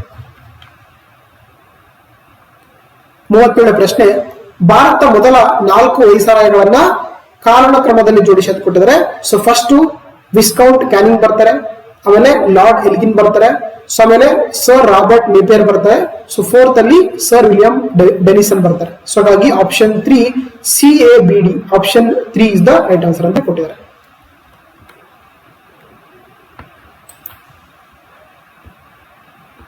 ಎಸ್, ನೆಕ್ಸ್ಟ್ 38ನೇ ಪ್ರಶ್ನೆ ನೋಡ್ತೋಣ. 18ರಲ್ಲಿ ದೋಂಡಿಯಾ ವಾಘಾರನ್ನ ಕೊಂದ ದಂಡನಾಯಕ ಹೆಸರಂತಂದ್ರೆ ಅದು ಪೇಶ್ವೆ ಸೈನ್ಯದ ದಂಡನಾಯಕರಾಗಿರ್ತಾರೆ. So option 2 is the right answer ಅಂತ ಅಫಿಷಿಯಲ್ ಆನ್ಸರ್ ಕೊಟ್ಟಿದ್ದಾರೆ. ನೆಕ್ಸ್ಟ್ 39ನೇ ಪ್ರಶ್ನೆ, ಐಫರ್ ಥೈರಾಯ್ಡಿಸಂ ಚಿಕಿತ್ಸೆಯಲ್ಲಿ ವಾಡಿಕೆಯಾಗಿ ಬಳಸಲಾಗುವ ವಿಕಿರಣಶೀಲ ಧಾತು ಅಂತಂದ್ರೆ ಅದು ಅಯೋಡಿನ್ 131 ಅಂತ ಕರಿತೀವಿ ನಾವು. ಸೊ ಹಾಗಾಗಿ option 2 is the right answer ಕೊಟ್ಟಿದ್ದಾರೆ. ನೋಡಿ, ನಮಗೆ ಥೈರಾಯ್ಡಿಸಂ ಅಂದ ತಕ್ಷಣ ಆಬ್ವಿಯಸ್ಲಿ ಅಯೋಡಿನ್ ಬರುತ್ತೆ. ಹಾಗಾಗಿ ಆಪ್ಷನ್ 2 ಅಂತ ಸರಿಯಾದ ಉತ್ತರ ಕೊಟ್ಟಿದ್ದಾರೆ. ಓಕೆ, ನೆಕ್ಸ್ಟ್ 40ನೇ ಪ್ರಶ್ನೆ, ಮೋಡ ಕವಿದ ರಾತ್ರಿಯಲ್ಲಿ ಇಬ್ಬನಿ ಹನಿಗಳು ರೂಪುಗೊಳ್ಳುವುದಿಲ್ಲ ಏಕೆಂದರೆ ಮೋಡಗಳು ಭೂಮಿಯ ವಿಕಿರಣವನ್ನ ಪ್ರತಿಫಲಿಸುತ್ತವೆ. Option 3 is the right answer ಅಂತ ಅಫಿಷಿಯಲ್ ಆನ್ಸರ್ ಕೊಟ್ಟಿದ್ದಾರೆ. 41ನೇ ಪ್ರಶ್ನೆ, ವಜ್ರಗಳ ಮೇಲೆ ಬೆಳಕು ಬಿದ್ದಾಗ ಅವು ಹೊಳೆಯುತ್ತವೆ. ಇದಕ್ಕೆ ಕಾರಣ ಬೆಳಕಿನ ಒಟ್ಟು ಆಂತರಿಕ ಪ್ರತಿಫಲನ ಅಥವಾ total internal reflection. Option 3 is the right answer ಅಂತ ಕೊಟ್ಟಿದ್ದಾರೆ. 42ನೇ ಪ್ರಶ್ನೆ, ಲೇಸರ್ ಬೆಳಕನ್ನ ಬಳಸಿಕೊಂಡು ವಸ್ತುಗಳ 3 ಆಯಾಮ ಅಥವಾ 3D ಚಿತ್ರಗಳನ್ನ ದಾಖಲಿಸುವ ಮತ್ತು ಪುನರ್ ನಿರ್ಮಿಸುವ ತಂತ್ರವನ್ನ ಹೀಗೆ ಕರೆಯಲಾಗುತ್ತದೆ, ಅದನ್ನ ಹೋಲೋಗ್ರಫಿ ಅಂತ ಕರೀತಾರೆ. Option 3 is the right answer ಅಂತ ಕೊಟ್ಟಿದ್ದಾರೆ. 43ನೇ ಪ್ರಶ್ನೆ, ನೀರಿನ ಸಾಂದ್ರತೆಯು ಅದರ ಗರಿಷ್ಠ ಮೌಲ್ಯವನ್ನ ತಲುಪುವ ತಾಪಮಾನ ಎಷ್ಟು ಅಂತಂದ್ರೆ 4 ಡಿಗ್ರಿ ಸೆಲ್ಸಿಯಸ್ ಆಗಿರುತ್ತೆ ಅಂತ ಕೊಟ್ಟಿದ್ದಾರೆ. Option 3 is the right answer ಅಂತ ಕೊಟ್ಟಿದ್ದಾರೆ. 44ನೇ ಪ್ರಶ್ನೆ, ಲವಂಗವನ್ನ ಸೇವಿಸಲು ಬಳಸುವ ಭಾಗ ಅಂತಂದ್ರೆ ಅದು ತೆರೆಯದ ಹೂವಿನ ಮೊಗ್ಗಿರುತ್ತಲ್ಲ ಅದನ್ನ ನಾವು ಸೇವಿಸ್ತೀವಿ. ಸೊ ಹಾಗಾಗಿ option 2 is the right answer ಅಂತ ಕೊಟ್ಟಿದ್ದಾರೆ. ನೆಕ್ಸ್ಟ್ 45ನೇ ಪ್ರಶ್ನೆ ನೋಡಿ, ನಮಗೆ ಒಂದ್ ಕಡೆ ಸಂಸ್ಥೆಗಳು ಕೊಟ್ಟಿದ್ದಾರೆ, ಇನ್ನೊಂದು ಅವುಗಳ ಸ್ಥಳಗಳು ಅಥವಾ ಹೆಡ್ ಕ್ವಾರ್ಟರ್ ಪ್ಲೇಸಸ್ ಕೊಟ್ಟಿದ್ದಾರೆ. ನೋಡ್ತಾ ಹೋಗೋಣ. ಸೊ ಏನು ಭಾರತೀಯ ತೋಟಗಾರಿಕಾ ಬೆಳೆಗಳ ಸಂಶೋಧನಾ ಸಂಸ್ಥೆ ಇರುವಂತದ್ದು ಕರ್ನಾಟಕದ ಬೆಂಗಳೂರಲ್ಲಿ A1 ಆಗುತ್ತೆ. ಅದೇ ರೀತಿ ರಾಷ್ಟ್ರೀಯ ತೋಟಗಾರಿಕೆ ಮಂಡಳಿ ಇರುವಂತದ್ದು ಹರಿಯಾಣದ ಗುರುಗ್ರಾಮದಲ್ಲಿ. ಅದೇ ರೀತಿ ಗುರುಗ್ರಾಮ ಇದೆಯಲ್ಲ ಅದರಲ್ಲಿ ಇನ್ನೊಂದು ಸೆಂಟರ್ ಕೂಡ ಇದೆ, ಇಂಟರ್ನ್ಯಾಷನಲ್ ಸೋಲಾರ್ ಅಲೈನ್ಸ್ ಅಂತಾರಾಷ್ಟ್ರೀಯ ಸೌರ ಒಕ್ಕೂಟದ ಕೇಂದ್ರ ಕಚೇರಿ ಕೊಟ್ಟಿದೆ ಅಂತಂದ್ರೆ ಅದು ಹರಿಯಾಣದ ಗುರುಗ್ರಾಮದಲ್ಲಿ ಗೊತ್ತಿರಬೇಕಾಗುತ್ತೆ. ಅದೇ ರೀತಿ ಸಿ ಬಂದು ಭಾರತೀಯ ತರಕಾರಿ ಸಂಸ್ಥೆಗಳ ಸಂಸ್ಥೆ ಇರುವುದು ಉತ್ತರ ಪ್ರದೇಶದ ವಾರಣಾಸಿಯಲ್ಲಿ. ಅದೇ ರೀತಿ ಡಿ ಕೇಂದ್ರೀಯ ತೆಂಗು ಸಂಶೋಧನಾ ಸಂಸ್ಥೆ ಇರುವುದು ಕೇರಳದ ಕಾಸರಗೋಡದಲ್ಲಿ. ಸೊ ಹಾಗಾಗಿ option 1 A1 B2 C3 D4 ಆಗಿದೆ. ಸೊ ಹಾಗಾಗಿ option 1 is the right answer ಅಂತ ಕೊಟ್ಟಿದ್ದಾರೆ. ನೆಕ್ಸ್ಟ್ ನೋಡ್ತೋಣ 46ನೇ ಪ್ರಶ್ನೆ ನೋಡಿ, ಒಂದ್ ಕಡೆ ನಮಗೆ ಹವಾಮಾನ ಕೊಟ್ಟಿದ್ದಾರೆ, ಇನ್ನೊಂದು ಕಡೆ ಹಣ್ಣುಗಳು ಕೊಟ್ಟಿದ್ದಾರೆ. ಉಷ್ಣವಲಯದ ಹಣ್ಣು ಅಂದ್ರೆ ಮಾವು ಮತ್ತು ಬಾಳೆ ಇದೆ, A1 A ಕರೆಕ್ಟ್ ಆಗುತ್ತೆ. ಅದೇ ರೀತಿ ಉಪ ಉಷ್ಣವಲಯದ ಹಣ್ಣು ಬಂದು ಮ್ಯಾಂಗೋಸ್ ಟಿನ್ ಮತ್ತು ಬೆಣ್ಣೆ ಹಣ್ಣು ಅಂತ ಕೊಟ್ಟಿದ್ದಾರೆ, ಇದು ಕೂಡ ಸರಿಯಾಗಿ ಮ್ಯಾಚ್ ಆಗುತ್ತೆ. ಸಿ ಬಂದು ಸಮಶೀತೋಷ್ಣವಲಯದ ಹಣ್ಣು ಬಂದು ಸೇಬು ಮತ್ತು ಮರಸಿ ಬಂದು ಕೊಟ್ಟಿದೆ, ಇದು ಕೂಡ ಕರೆಕ್ಟ್ ಆಗಿ ಮ್ಯಾಚ್ ಆಗುತ್ತೆ. ಡಿ ಬಂದು ಶುಷ್ಕ ಮತ್ತು ಅಶುಷ್ಕ ವಲಯದ ಹಣ್ಣು ಬಂದು ಬೋರೆ ಮತ್ತು ಅಂಜೂರ ಹಣ್ಣು ಕೊಟ್ಟಿದೆ. ಸೊ ಇಲ್ಲಿ ಎಲ್ಲ ಕೊಟ್ಟಂತ ಎಲ್ಲಾ ಹೊಂದಾಣಿಕೆಗಳು ಕೂಡ ಸರಿಯಾಗಿದೆ. ಹಾಗಾಗಿ option 4 is the right answer ಅಂತ ಕೊಟ್ಟಿದ್ದಾರೆ. ನೆಕ್ಸ್ಟ್ ನೋಡ್ತಾ 47ನೇ ಪ್ರಶ್ನೆ, ಮಾವಿನ ಹಣ್ಣು ಅತ್ಯಧಿಕ ವಿಟಮಿನ್ ಎ ಅಂದ್ರೆ 4800 IU ಅನ್ನು ಹೊಂದಿರುತ್ತದೆ. ನಂತರ ಪಪ್ಪಾಯ ಹಣ್ಣು 2020 IU ಹೊಂದಿರುತ್ತದೆ ಕೊಟ್ಟಿದ್ದಾರೆ. ಸೊ ಇದು ಕೂಡ ಸರಿಯಾಗಿದೆ. ಎರಡನೇ ಬಿ ಆಪ್ಷನ್, ಮಾವಿನ ಹಣ್ಣಿಗಿಂತ ಸೀಬೆ ಹಣ್ಣು ಹೆಚ್ಚಾಗಿ ಪೆಕ್ಟಿನ್ ಅಂಶ ಹೊಂದಿರೋದು ಕೊಟ್ಟರೆ ಇದು ಕೂಡ ಸರಿಯಾಗುತ್ತೆ. ಹಾಗಾಗಿ ಆಪ್ಷನ್ 3 ಎ ಮತ್ತು ಬಿ ಎರಡು ಕೂಡ ಸರಿಯಾಗಿದೆ. Option 3 is the right answer ಅಂತ ಕೊಟ್ಟಿದ್ದಾರೆ. ಸೊ ನೆಕ್ಸ್ಟ್ ನೋಡ್ತಾ 48ನೇ ಪ್ರಶ್ನೆ, ಇಲ್ಲಿ ನೋಡಿ ಒಂದ್ ಕಡೆ ನಮಗೆ ತರಕಾರಿ ಬೆಳೆಗಳ ಕೊಟ್ಟಿದ್ದಾರೆ, ಇನ್ನೊಂದು ಅವುಗಳ ಒರಿಜಿನ್ ಪ್ಲೇಸ್ ಅಥವಾ ಉಗಮ ಸ್ಥಳ ಕೊಟ್ಟಿದ್ದಾರೆ. ಟೊಮೆಟೊ ಒರಿಜಿನ್ ಆಗಿದೆ ಅಂದ್ರೆ ಅದು ದಕ್ಷಿಣ ಅಮೆರಿಕದಲ್ಲಿ. ಸೊ ಫಸ್ಟ್ ಒಂದು ಕರೆಕ್ಟ್ ಆಗಿ ಮ್ಯಾಚ್ ಆಗಿದೆ. ಎರಡನೇದು ಬದನೆಕಾಯಿ ಉಗಮವಾಗಿದ್ದು ಅದು ಭಾರತದಲ್ಲಿ, ಸೊ ಇದು ಕೂಡ ಸರಿಯಾಗಿದೆ. ಅದೇ ರೀತಿ ಬೆಂಡೆಕಾಯಿ ಉಗಮವಾಗಿದ್ದು ಆಫ್ರಿಕಾದ ಉಷ್ಣವಲಯದಲ್ಲಿ, ಇದು ಕೂಡ ಸರಿಯಾಗಿದೆ. ಎಲೆಕೋಸು ಉಗಮವಾಗಿದ್ದು ಮೆಡಿಟೇರಿಯನ್ ಪ್ರದೇಶದಲ್ಲಿ, ಇದು ಕೂಡ ಸರಿಯಾಗಿ ಇದಾಗಿ ಮ್ಯಾಚ್ ಆಗಿದೆ. ಸೌತೆಕಾಯಿ ಕೂಡ ಉಗಮವಾಗಿದ್ದಿಲ್ಲ ಅಂತಂದ್ರೆ ಅದು ನಮ್ಮ ಭಾರತದಲ್ಲಿ. ಸೊ ಇದು ಡಿ ಆಪ್ಷನ್ ತಪ್ಪಾಗಿದೆ. ಓಕೆನಾ. ಸೊ ಹಾಗಾಗಿ ಆಪ್ಷನ್ ಎ ಬಿ ಸಿ ಮತ್ತು ಡಿ ಮಾತ್ರ ಸರಿಯಾಗಿದೆ. ಹಾಗಾಗಿ option 2 is the right answer. Next ನೋಡ್ತೋಣ, ಹಣ್ಣುಗಳು ಹಣ್ಣಾಗುವ ಸಮಯದಲ್ಲಿ ಉಂಟಾಗುವ ಹಠಾತ್ ಗರಿಷ್ಠ ಉಸಿರಾಟವನ್ನ ಏನಂತ ಕರೀತಾರೆ ಅಂದ್ರೆ ಅದನ್ನ ಟ್ರೈಮ್ಯಾಟಿಕ್ ಅಂತ ಕರೀತಾರೆ. So option 3 is the right answer ಅಂತ ಕೊಟ್ಟಿದ್ದಾರೆ. 50ನೇ ಪ್ರಶ್ನೆ, ಕೆಳಮಟ್ಟದ ಉನ್ನತ ಟ್ರಾಫಿಕ್ ಮಟ್ಟಕ್ಕೆ ಶಕ್ತಿಯ ಅರಿವಿನ ಚಲನೆ ಯಾವಾಗಲೂ ಆಗಿರ್ತದೆ, ಅದು ಯಾವಾಗ ಕೂಡ ಯೂನಿ ಡೈರೆಕ್ಷನ್ ಆಗಿರುತ್ತೆ, ಅಥವಾ ಯಾವಾಗ ಕೂಡ ಏಕಮುಖವಾಗಿರ್ತದೆ. ಸೊ ಹಾಗಾಗಿ option 1 is the right answer ಅಂತ ಕೊಟ್ಟಿದ್ದಾರೆ. 51ನೇ ಪ್ರಶ್ನೆ, ಶೂನ್ಯ ಶಕ್ತಿಯ ತಂಪು ಚೇಂಬರ್ ಈ ಕೆಳಕಂಡ ಯಾವ ತತ್ವದ ಆಧಾರದ ಮೇಲೆ ಕಾರ್ಯನಿರ್ವಹಿಸ್ತಂತಂದ್ರೆ ಅದು ಆವಿಯಾಗಿ ತಂಪಾಗಿಸುವಿಕೆ. So option 3 is the right answer ಅಂತ ಕೊಟ್ಟಿದ್ದಾರೆ. ಸೊ 52ನೇ ಪ್ರಶ್ನೆ, ಡೇಲಿಯಾ ಗಿಡವನ್ನ ಈ ಕೆಳಕಂಡ ಯಾವ ವಿಧಾನದಿಂದ ವೃದ್ಧಿಪಡಿಸಲಾಗುತ್ತದೆ? ಅದು ಗೆಡ್ಡೆ ರೂಪದ ಬೇರುಗಳ ಮುಖಾಂತರ ಆ ಗಿಡವನ್ನ ಏನ್ ಮಾಡ್ತಾರೆ, ವೃದ್ಧಿಪಡಿಸ್ತಾರೆ. Option 2 is the right answer ಅಂತ ಕೊಟ್ಟಿದ್ದಾರೆ. ಸೊ 53ನೇ ಪ್ರಶ್ನೆ, ಕೆಳಕಂಡ ಯಾವ ತೋಟದ ಬೆಳೆಯಲ್ಲಿ ಕಪ್ಪು ತುದಿ ಶಾರೀರಿಕ ನ್ಯೂನತೆ ಉಂಟು ಕಂಡು ಬರುತ್ತೆ ಅಂತಂದ್ರೆ ಅದು ಮಾವಿನ ಅಂತ ಕೊಟ್ಟಿದ್ದಾರೆ. So option 2 is the right answer ಅಂತ ಕೊಟ್ಟಿದ್ದಾರೆ. ನೆಕ್ಸ್ಟ್ 54ನೇ ಪ್ರಶ್ನೆ ನೋಡ್ತಾ ನೋಡಿ. ಇಲ್ಲಿ ನಮಗೆ ಹೇಳಿಕೆ ಕೊಟ್ಟಿದ್ದಾರೆ. ಹೇಳಿಕೆ ಒಂದೇನಂದ್ರೆ, ಮರುಭೂಮೀಕರಣವು ಸಾಯಿಲ್ ಆಫ್ರಿಕಾದ ಸಾಯಿಲ್ ಪ್ರದೇಶದ ಶುಷ್ಕ ಮತ್ತು ಅರೆ ಶುಷ್ಕ ಜೀವಿ ಪರಿಸರ ವ್ಯವಸ್ಥೆಗಳ ಚೇತರಿಸಿಕೊಳ್ಳುವಿಕೆ ಮತ್ತು ಜೈವಿಕ ಕಾರ್ಯ ಸಾಮರ್ಥ್ಯವನ್ನ ನಾಶ ಮಾಡ್ತಾ ಕೊಟ್ಟರೆ ಎಸ್ ಫಸ್ಟ್ ಹೇಳಿಕೆ ಕರೆಕ್ಟ್ ಆಗಿದೆ, ಸರಿಯಾಗಿದೆ. ಎರಡನೇ ಹೇಳಿಕೆ ಬಂದು, ಹಿಂದೆಂದೂ ಕಾಣದ ಸಂಖ್ಯೆಯಲ್ಲಿ ಪಶು ಸಂಪತ್ತುಗಳು ಸಸ್ಯಗಳನ್ನ ತಿಂದಿದ್ದರಿಂದ ಸಾಯಿಲ್ ಪ್ರದೇಶದ ಭೂದೃಶ್ಯಾವಳಿಯು ಬದಲಾವಣೆ ಕೊಟ್ಟರೆ ಎಸ್ ಇಲ್ಲಿ ಎರಡು ಹೇಳಿಕೆ ಕೂಡ ಸರಿಯಾಗಿದೆ. ಅದೇ ರೀತಿ ಹೇಳಿಕೆ 2 ಇದೆಯಲ್ಲ, ಹೇಳಿಕೆ 1ರ ಒಂದು ಸರಿಯಾದ ವಿವರಣೆಯಾಗಿದೆ. ಸೊ ಹಾಗಾಗಿ option 1 is the right answer. Next 55ನೇ ಪ್ರಶ್ನೆ ನೋಡ್ತಾ ಹೋಗೋಣ. ಸೊ ಇಲ್ಲಿ ಹೇಳಿಕೆ 1, ಭೂಮಿಗಿಂತ ಸಾಗರಗಳಲ್ಲಿ ಒಟ್ಟು ಬಾಷ್ಪೀಕರಣವು 10 ಪಟ್ಟು ಹೆಚ್ಚಾಗಿರುತ್ತೆ ಕೊಟ್ಟರೆ ಸೊ ಫಸ್ಟ್ ಹೇಳಿಕೆ ನಮಗೆ ತಪ್ಪಾಗಿದೆ. ಎರಡನೇ ಹೇಳಿಕೆ ಬಂದು, ಸಾಗರಗಳು ಭೂಮಿಯ ಹೆಚ್ಚು ಭಾಗವನ್ನು ಆವರಿಸಿದೆ ಮತ್ತು ಭೂಮಿಯ ಮೇಲ್ಭಾಗವು ಯಾವಾಗಲೂ ಆರ್ದ್ರತೆಯಿಂದ ಹೆಚ್ಚು ನೀರಿನ ಲಭ್ಯತೆ ಇರೋದನ್ನು ಕೊಟ್ಟರೆ ಎರಡನೇ ಹೇಳಿಕೆ ಸರಿಯಾಗಿದೆ. ಸೊ ನಮಗೆ ಆಪ್ಷನ್ 4 ಹೇಳಿಕೆ 1 ತಪ್ಪಾಗಿದೆ, ಹೇಳಿಕೆ 2 ಸರಿಯಾಗಿದೆ. ಹಾಗಾಗಿ option 4 is the right answer ಅಂತ ಕೊಟ್ಟಿದ್ದಾರೆ. ನೆಕ್ಸ್ಟ್ ನೋಡ್ತಾ 56ನೇ ಪ್ರಶ್ನೆ, ಇಲ್ಲಿ ಹೇಳಿಕೆ 1 ಏನಂದ್ರೆ UNEP ಅಥವಾ ಯುನೈಟೆಡ್ ನೇಷನ್ಸ್ ಎನ್ವೈರನ್ಮೆಂಟ್ ಪ್ರೋಗ್ರಾಮ್ ಅಥವಾ ವಿಶ್ವಸಂಸ್ಥೆಯ ಪರಿಸರ ಕಾರ್ಯಕ್ರಮ ಏನ್ ಮಾಡಿದ್ರೆ ರೀಸೆಂಟ್ ಆಗಿ ಒಂದು ಜಾಗತಿಕ ಸಂಪನ್ಮೂಲಗಳ ಹೊರನೋಟ 2024ರ ಒಂದು ವರದಿಯನ್ನು ರಿಲೀಸ್ ಮಾಡಿದೆ. ಅದರ ಪ್ರಕಾರ ಚೀನಾ ಮತ್ತು ಭಾರತ ಪ್ರಭುವು ಜಾಗತಿಕ ಪರಿಸರದ ಮೇಲಾಗುವ ಪರಿಣಾಮಗಳ ಮೇಲೆ ಗಣನೆ ತೆಗೆದುಕೊಂಡಿದೆ. ಎಸ್ ಫಸ್ಟ್ ಸ್ಟೇಟ್ಮೆಂಟ್ ಸರಿಯಾಗಿದೆ. ಎರಡನೇ ಹೇಳಿಕೆ, ಚೀನಾ ಮತ್ತು ಭಾರತವು ಅತಿ ಹೆಚ್ಚು ಜನಸಂಖ್ಯೆ ಹೊಂದಿರುವ ಮತ್ತು ತೀವ್ರಗತಿಯಲ್ಲಿ ಅಭಿವೃದ್ಧಿ ಹೊಂದುತ್ತಿರುವ ರಾಷ್ಟ್ರಗಳಾಗಿದ್ದುಕೊಂಡ್ರೆ ಇದು ಕೂಡ ಸರಿಯಾಗಿದೆ. ಸೊ ಹಾಗಾಗಿ ಆಪ್ಷನ್ 1 ಹೇಳಿಕೆ 1 ಮತ್ತು ಹೇಳಿಕೆ 2 ಕೂಡ ಸರಿಯಾಗಿದೆ. ಅದೇ ರೀತಿ ಹೇಳಿಕೆ 2 ಇದೆಯಲ್ಲ, ಹೇಳಿಕೆ 1ರ ಒಂದು ಎಕ್ಸ್ಪ್ಲನೇಷನ್ಸ್ ಆಗಿದೆ. ಸೊ ಹಾಗಾಗಿ option 1 is the right answer ಅಂತ ಕೊಟ್ಟಿದ್ದಾರೆ. ನೆಕ್ಸ್ಟ್ ನೋಡ್ತಾ 57ನೇ ಪ್ರಶ್ನೆ, ಭಾರತದಲ್ಲಿ ಕಬ್ಬಿಣದ ಅದಿರಿನ ಉತ್ಪಾದನೆಗೆ ಸಂಬಂಧಪಟ್ಟಂತೆ ಈ ಕೆಳಗಿನ ಹೇಳಿಕೆಗಳಲ್ಲಿ ಯಾವ ಒಂದು ಹೇಳಿಕೆ ಸರಿಯಾಗಿದೆ ಅಂದ್ರೆ ಸೊ ಫಸ್ಟ್ ಆಪ್ಷನ್ ಕರೆಕ್ಟ್ ಆಗುತ್ತೆ. ಒಟ್ಟು ಉತ್ಪಾದನೆಯಲ್ಲಿ 25% ಏನು ಕಬ್ಬಿಣ ಅದಿರನ್ನು ಉತ್ಪಾದಿಸುವಂತಹ ಮೂಲಕ ಕರ್ನಾಟಕವು ಅದಿರು ಉತ್ಪಾದನೆಯಲ್ಲಿ ಒಂದು ಪ್ರಮುಖ ಉತ್ಪಾದಕ ರಾಜ್ಯ ಕೊಟ್ಟಿದ್ದಾರೆ. ಸೊ ಫಸ್ಟ್ ಸ್ಟೇಟ್ಮೆಂಟ್ ತಪ್ಪಾಗಿದೆ. ಕೊಟ್ಟಂತ 3 ಹೇಳಿಕೆಗಳು ತಪ್ಪಾಗಿದೆ. ಅಂದ್ರೆ ಸಂಡೂರು ಬರೋದು ಒಡಿಶಾ ಅಲ್ಲ ನಮ್ಮ ಸೊ ಕರ್ನಾಟಕ. ಸೊ ಎರಡನೇ ತಪ್ಪಾಗುತ್ತೆ. ಸೊ ಮೂರನೇ ಕೂಡ ತಪ್ಪಾಗುತ್ತೆ, ನಾಲ್ಕನೇ ಕೂಡ ತಪ್ಪಾಗುತ್ತೆ. ಸೊ ಹಾಗಾಗಿ option 1 is the right answer ಅಂತ ಕೊಟ್ಟಿದ್ದಾರೆ. ನೆಕ್ಸ್ಟ್ ನೋಡ್ತಾ 58ನೇ ಪ್ರಶ್ನೆ, ಭಾರತ ಉತ್ತರ ಪ್ರಾಂತ್ಯದ ದ್ರಾವಿಡಿಯನ್ಗೆ ಸಂಬಂಧಿಸಿದ ಈ ಕೆಳಗಿನ ಹೇಳಿಕೆಗಳನ್ನ ಪರಿಗಣಿಸಿ ಕೊಟ್ಟಿದ್ದಾರೆ. ನೋಡ್ತಾ ಹೋಗೋಣ. ಸೊ ಆಪ್ಷನ್ ಎ, ಈ ಪ್ರದೇಶವು ಕರ್ನಾಟಕ ಮತ್ತು ಆಂಧ್ರ ಪ್ರದೇಶ ರಾಜ್ಯಗಳ ಮುಖ್ಯವಾಗಿ ಒಳಗೊಂಡಿದ್ದರೂ ರಾಜ್ಯಗಳ ಗಡಿರೇಖೆ ಯುದ್ಧಕ್ಕೂ ಈ ಪ್ರದೇಶಗಳೊಂದಿಗೆ ನೆರೆಯ ಸಾಂಸ್ಕೃತಿಕ ಪ್ರದೇಶಗಳು ಉಲ್ಲೇಖಿಸಿಕೊಂಡಿದ್ದಾರೆ. ಸೊ ಫಸ್ಟ್ ಸ್ಟೇಟ್ಮೆಂಟ್ ಸರಿಯಾಗಿದೆ. ಸೊ ಎರಡನೇ ಸ್ಟೇಟ್ಮೆಂಟ್ ನೋಡ್ತಗೋಣ. ಉತ್ತರ ಭಾಗದಲ್ಲಿರುವ ಶಿಲೆಗಳು ಬಸಾಲ್ಟ್ ಮತ್ತು ಪೂರ್ವ ಜುರಾಸಿಕ್ ಗುಂಪಿಗೆ ಸೇರಿದ್ದರೆ ದಕ್ಷಿಣದಲ್ಲಿ ಗ್ರಾನೈಟ್ ಶಿಲೆಗಳು ಪ್ರಾರಂಭಿಸಿಕೊಂಡಿದ್ದಾರೆ. ಸೊ ಇದು ಕೂಡ ಸರಿಯಾಗಿದೆ. ಸೊ ಆಪ್ಷನ್ ಸಿ ಯಲ್ಲಿ ಈ ಪ್ರದೇಶದ ಜಲಾನಯನ ಪ್ರದೇಶವು ಇತಿಹಾಸ ಪೂರ್ವದ ಜನರಿಗೆ ಸೂಕ್ತವಾದ ಪ್ರಾರಂಭಿಕ ನೆಲೆಯನ್ನು ಕಲ್ಪಿಸಿಕೊಂಡ್ರೆ ಇದು ಕೂಡ ಆಪ್ಷನ್ ಸಿ ಕೂಡ ಸರಿಯಾಗಿದೆ. ಸೊ ಆಪ್ಷನ್ 4 ಮಾತ್ರ ಆಪ್ಷನ್ ಓಕೆ, ಇಲ್ಲಿ ಕೊಟ್ಟದ್ದು 3 ಮಾತ್ರ ಕೊಟ್ಟಿದ್ದಾರೆ. ಸೊ ಹಾಗಾಗಿ ಆಪ್ಷನ್ 3 ಎಲ್ಲ 3 ಕೂಡ ಸರಿಯಾಗಿದೆ. ಹಾಗಾಗಿ option 3 is the right answer.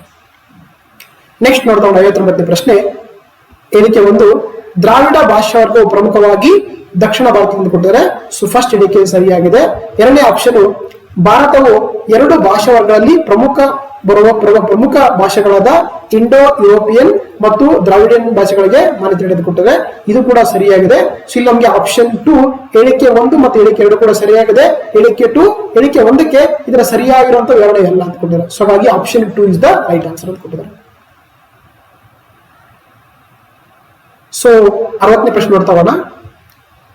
Bharat Himalaya ವ್ಯವಸ್ಥೆಗೆ ಸಂಬಂಧಪಟ್ಟಂತೆ ಈ ಕೆಳಗಿನ ಹೇಳಿಕೆಗಳನ್ನ ಪರಿಗಣಿಸಿಕೊಂಡಿದ್ದಾರೆ. ನೋಡಿ ನಮಗೆ ಸೊ 2 ತರ ರಿವರ್ಸ್ ಬರುತ್ತಲ್ಲ, ಒಂದು ಹಿಮಾಲಯನ್ ರಿವರ್ಸ್ ಅಂತ ಕರಿತೀವಿ, ಇನ್ನೊಂದು ಬಂದು ಪೆನಿನ್ಸುಲರ್ ರಿವರ್ಸ್ ಅಂತ ಕರಿತೀವಿ. ಹೌದಾ? ಹಿಮಾಲಯನ್ ರಿವರ್ಸ್ ಇದೆಯಲ್ಲ, ಅಲ್ಲಿ 3 ಬರ್ತವೆ ಪ್ರಮುಖವಾಗಿ. ಸಿಂಧು ನದಿ ಬರುತ್ತೆ ಅಥವಾ ಇಂಡಸ್ ನದಿ ಬರುತ್ತೆ, ಎರಡನೇದು ಗಂಗಾ ನದಿ ಬರುತ್ತೆ, ಮೂರನೇದು ಬ್ರಹ್ಮಪುತ್ರ ನದಿ ಬರುತ್ತೆ. ನೋಡ್ತಗೋಣ.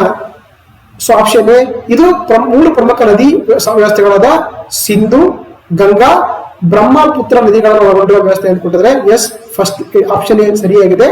ಬಿ ಆಪ್ಷನ್ ಇವುಗಳಲ್ಲಿ ಕೆಲವು ನದಿಗಳು ಹಿಮಾಲಯ ಪರ್ವತ ಶ್ರೇಣಿಯು ಮೇಲೆತ್ತಲ್ಪಡುವ ಮೊದಲೇ ಅಚ್ಚದಲ್ಲಿ ಕೊಟ್ಟಿದ್ದಾರೆ ಎಸ್, ಇದು ಕೂಡ ಸರಿಯಾಗಿದೆ.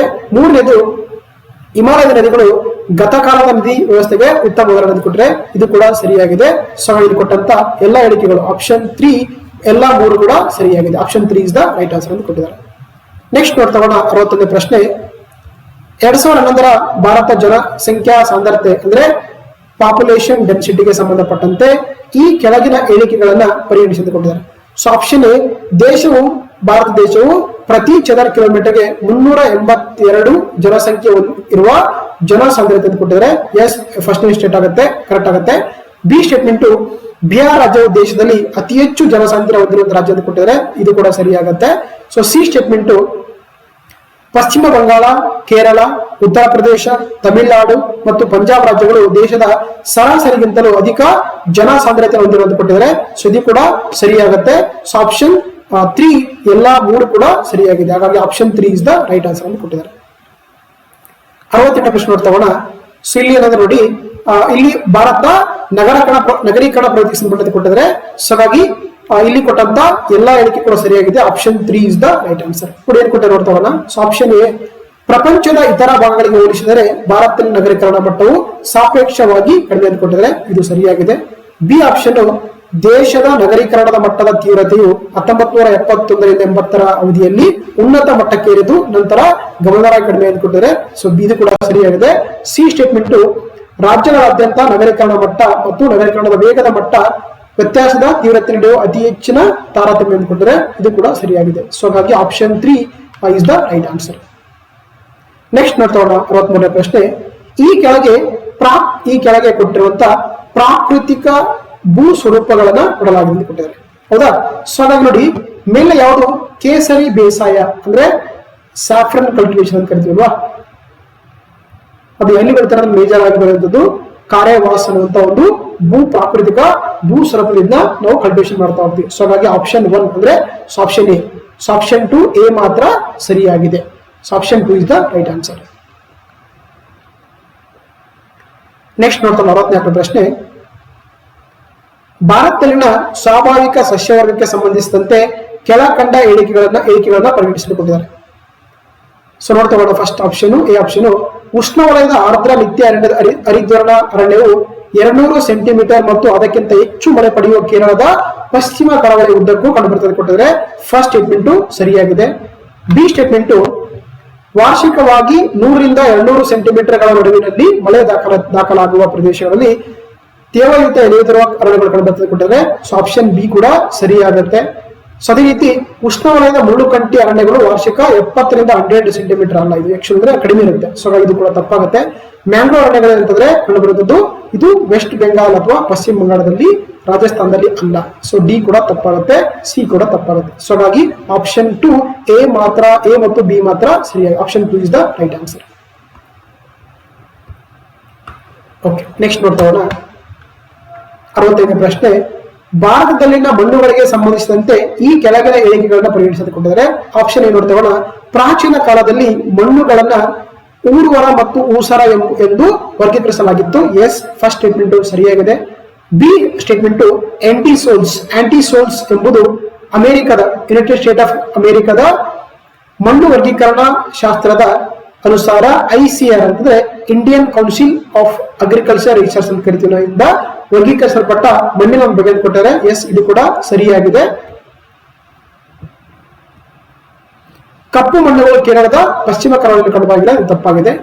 ಡಿ ಆಪ್ಷನ್ ಜಂಬೆಟ್ಟಿಗೆ ಮಣ್ಣುಗಳು ಮ್ಯಾಂಗ್ರೋವ್ ಅರಣ್ಯ ಪ್ರದೇಶದ ಹಂಚಿಕೆ ಕೊಟ್ಟರೆ ಇದು ಕೂಡ ತಪ್ಪಾಗಿದೆ. ಸೊ ಹಾಗಾಗಿ ಆಪ್ಷನ್ 1 ಎ ಮತ್ತು ಬಿ ಮಾತ್ರ ಸರಿಯಾದ ಹೇಳಿಕೆ ಆಗುತ್ತೆ. ಹಾಗಾಗಿ option 1 is the right answer ಅಂತ ಅಫಿಷಿಯಲ್ ಕ್ಯಾನ್ಸರ್ ಅಲ್ಲಿ ಕೊಟ್ಟಿದ್ದಾರೆ. ನೆಕ್ಸ್ಟ್ ನೋಡ್ತಾ 46ನೇ ಪ್ರಶ್ನೆ. ಈ ಕೆಳಗಿನ ಹೇಳಿಕೆಗಳನ್ನ ಪರಿಗಣಿಸಿಕೊಂಡಿದ್ದಾರೆ. ಆಪ್ಷನ್ ನೋಡ್ತಾ ನರ್ಮದಾ ನದಿಯು ವಿಂಧ್ಯ ಮತ್ತು ಸಾತ್ಪುರ್ ಶ್ರೇಣಿಯ ನಡುವಿನ ಸೀಳು ಕಣಿವೆ ಮೂಲಕ ಹರಿದು ಕೊಟ್ಟಿದ್ದಾರೆ. ಫಸ್ಟ್ ಸ್ಟೇಟ್ಮೆಂಟ್ ಸರಿಯಾಗಿದೆ.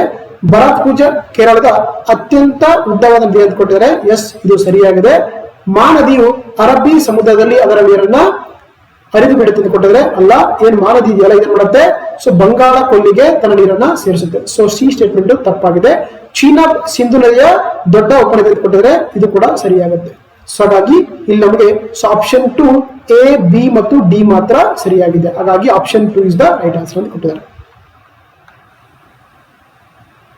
ನೆಕ್ಸ್ಟ್ ನೋಡ್ತಾ 47ನೇ ಪ್ರಶ್ನೆ, ಸ್ಥಳಾಂತರ ಬೇಸಾಯ ಅಥವಾ ಇದನ್ನು ನಾವು ಶಿಫ್ಟಿಂಗ್ ಕಲ್ಟಿವೇಶನ್ ಅಂತ ಕರಿತೀವಿ. ಇಂಗ್ಲಿಷ್ ನಲ್ಲಿ ಶಿಫ್ಟಿಂಗ್ ಕಲ್ಟಿವೇಶನ್ ಅಂತ ಕರೀತಾರೆ. ಸ್ಥಳಾಂತರ ಬೇಸಾಯಕ್ಕೆ ಅಂದ್ರೆ ನೋಡಿ, ಇದು ಹಲವಾರು ದೇಶಗಳು ಅದನ್ನ ವಿವಿಧ ಹೆಸರುಗಳನ್ನು ಕರಿತಾ ಹೋಗ್ತಾರೆ. ಸೊ ಮಧ್ಯ ಅಮೆರಿಕದ ಮಿಲ್ಟ್ಫಾ ಅಂತ ಕರೀತಾರೆ, ಕರೆಕ್ಟ್ ಆಗಿದೆ. ಕಾಂಗೋದಲ್ಲಿ ಅದನ್ನ ಮ್ಯಾಸಲೆ ಅಂತ ಕರೀತಾರೆ, ಸರಿಯಾಗಿದೆ. ಸಿಲೋನಲ್ಲಿ ಅದನ್ನ ಚೆನ್ನ ಅಂತ ಕರೀತಾರೆ. ಓಕೆ, ಥೈಲ್ಯಾಂಡ್ ಅಲ್ಲಿ ಅದನ್ನ ಏನಂತ ಕರಿತಾರೆ, ಆಕ್ಚುಲಿ ತಾಮ್ರ ಅಥವಾ ತುಂಗ್ಯ ಅಂತ ಕರೀತಾರೆ. ಸೊ ಇದು ತಪ್ಪಾಗಿದೆ. ಅದೇ ರೀತಿ ವೆನೆಜುವೆಲಾ ಏನ್ ಕರಿತಾರೆ, ಕ್ಯಾನಿಕ್ ಅಂತ ಕರೀತಾರೆ. ಸೊ ಹಾಗಾಗಿ ಇಲ್ಲಿ ಎ, ಬಿ, ಸಿ ಮಾತ್ರ ಸರಿಯಾಗಿದೆ. ಹಾಗಾಗಿ option 3 is the right answer. Next ನೋಡ್ತಾ ಇಲ್ಲಿ 2 ಹೇಳಿಕೆ ಕೊಟ್ಟಿದ್ದಾರೆ. ಹೇಳಿಕೆ 1, ಮ್ಯಾಗ್ನೆಟೈಟ್ ಶುದ್ಧವಾದ ಕಬ್ಬಿಣದ ಅದಿರ ಎಂದು ಕೊಟ್ಟಿದ್ದಾರೆ. ಎಸ್, ಇದು ಸರಿಯಾಗಿದೆ. ಬಿ ಎರಡನೇ ಹೇಳಿಕೆ, ಮ್ಯಾಗ್ನೆಟೈಟ್ ಅತಿ ಹೆಚ್ಚು ಅಂದರೆ 50% 65% ನಡುವೆ ಇರುವಂತಹ ಕಬ್ಬಿಣ ಎಂದು ಕೊಟ್ಟಿದ್ದಾರೆ. ಸೊ ಬಿ ಹೇಳಿಕೆ ನಮಗೆ ತಪ್ಪಾಗಿದೆ. ಸೊ ಹಾಗಾಗಿ ಆಪ್ಷನ್ 3 ಹೇಳಿಕೆ 1 ಸರಿಯಾಗಿದೆ. ಸೊ ಹೇಳಿಕೆ 2 ತಪ್ಪಾಗಿದೆ. Option 3 is the right answer. Next ನೋಡಿ, ನಮಗೆ ಒಂದ್ ಕಡೆ ರಾಮ್ಸಾರ್ ಸೈಟ್ಸ್ ಕೊಟ್ಟಿದ್ದಾರೆ, ಅಂದ್ರೆ ಜೋಗು ಪ್ರದೇಶ ಕೊಟ್ಟಿದ್ದಾರೆ, ಇನ್ನೊಂದು ಕಡೆ ರಾಜ್ಯ ಕೊಟ್ಟಿದ್ದಾರೆ 2024 ಸೊ ಡೀಪರ್ ಬಿಲ್ ಇದೆಯಲ್ಲ, ಇದಿರುವಂತದ್ದು ಇಲ್ಲ ಅಂತಂದ್ರೆ ಇದು ಅಸ್ಸಾಂ ಅಲ್ಲಿ. ಸೊ A3 ಆಗುತ್ತೆ.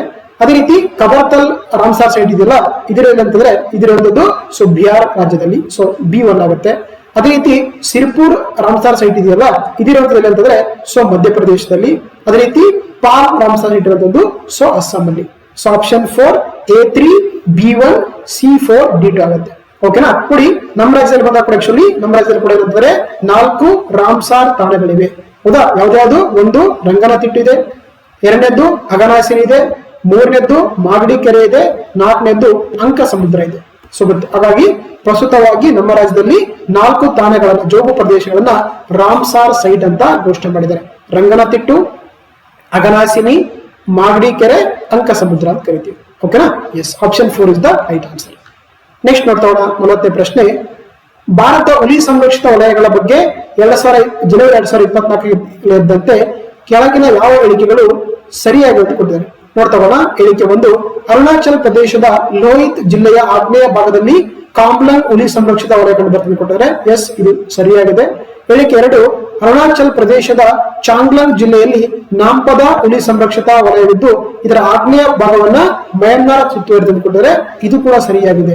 ಸೊ ಹಾಗಾಗಿ ಆಪ್ಷನ್ 3 ಹೇಳಿಕೆ 1 ಮತ್ತು ಹೇಳಿಕೆ 2 ಕೂಡ ಸರಿಯಾಗಿದೆ. Option 3 is the right answer. Next ನೋಡ್ತಾ ನೋಡಿ, ಒಂದ್ ಕಡೆ ನಮಗೆ ಸೊ ಈ ಒಂದು ಸ್ಮಾಲ್ ಹೈಡ್ರೋ ಪ್ರಾಜೆಕ್ಟ್ಸ್ ಕೊಟ್ಟಿದ್ದಾರೆ, ಇನ್ನೊಂದು ಕಡೆ ಸ್ಟೇಟ್ ಕೊಟ್ಟಿದ್ದಾರೆ. ನೋಡ್ತಾ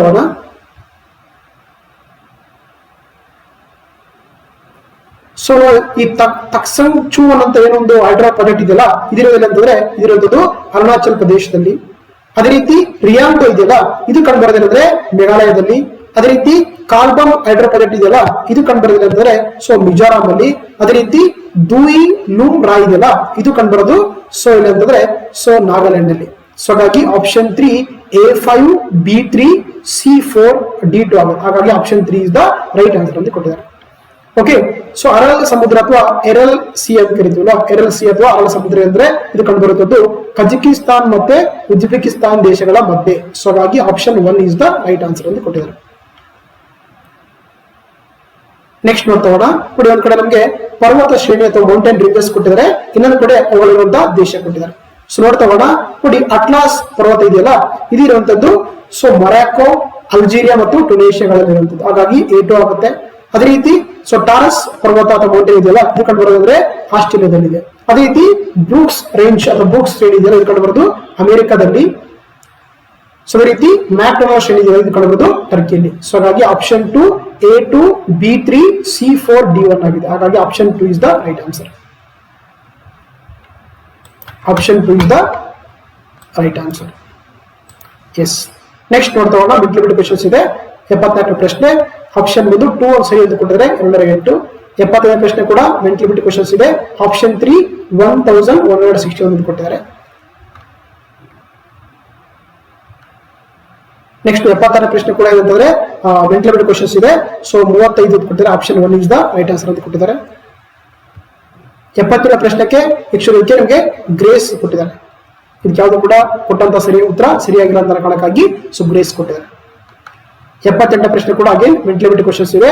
option 2 250 is the right answer ಅಂತ ಕೊಟ್ಟಿದ್ದಾರೆ. 79 ಪ್ರಶ್ನೆ ಮೆಂಟಲ್ ಕ್ವಶನ್ಸ್ ಇದೆ. So option 3 4000 is the right answer ಅಂತ ಕೊಟ್ಟಿದ್ದಾರೆ. 80ನೇ ಪ್ರಶ್ನೆ ಕೂಡ ಮೆಂಟಲ್ ಕ್ವಶನ್ಸ್ ಇದೆ. ಸೊ ಆಪ್ಷನ್ 3 18 ಡೇಸ್ ಅಂತ ಕೊಟ್ಟಿದ್ದಾರೆ.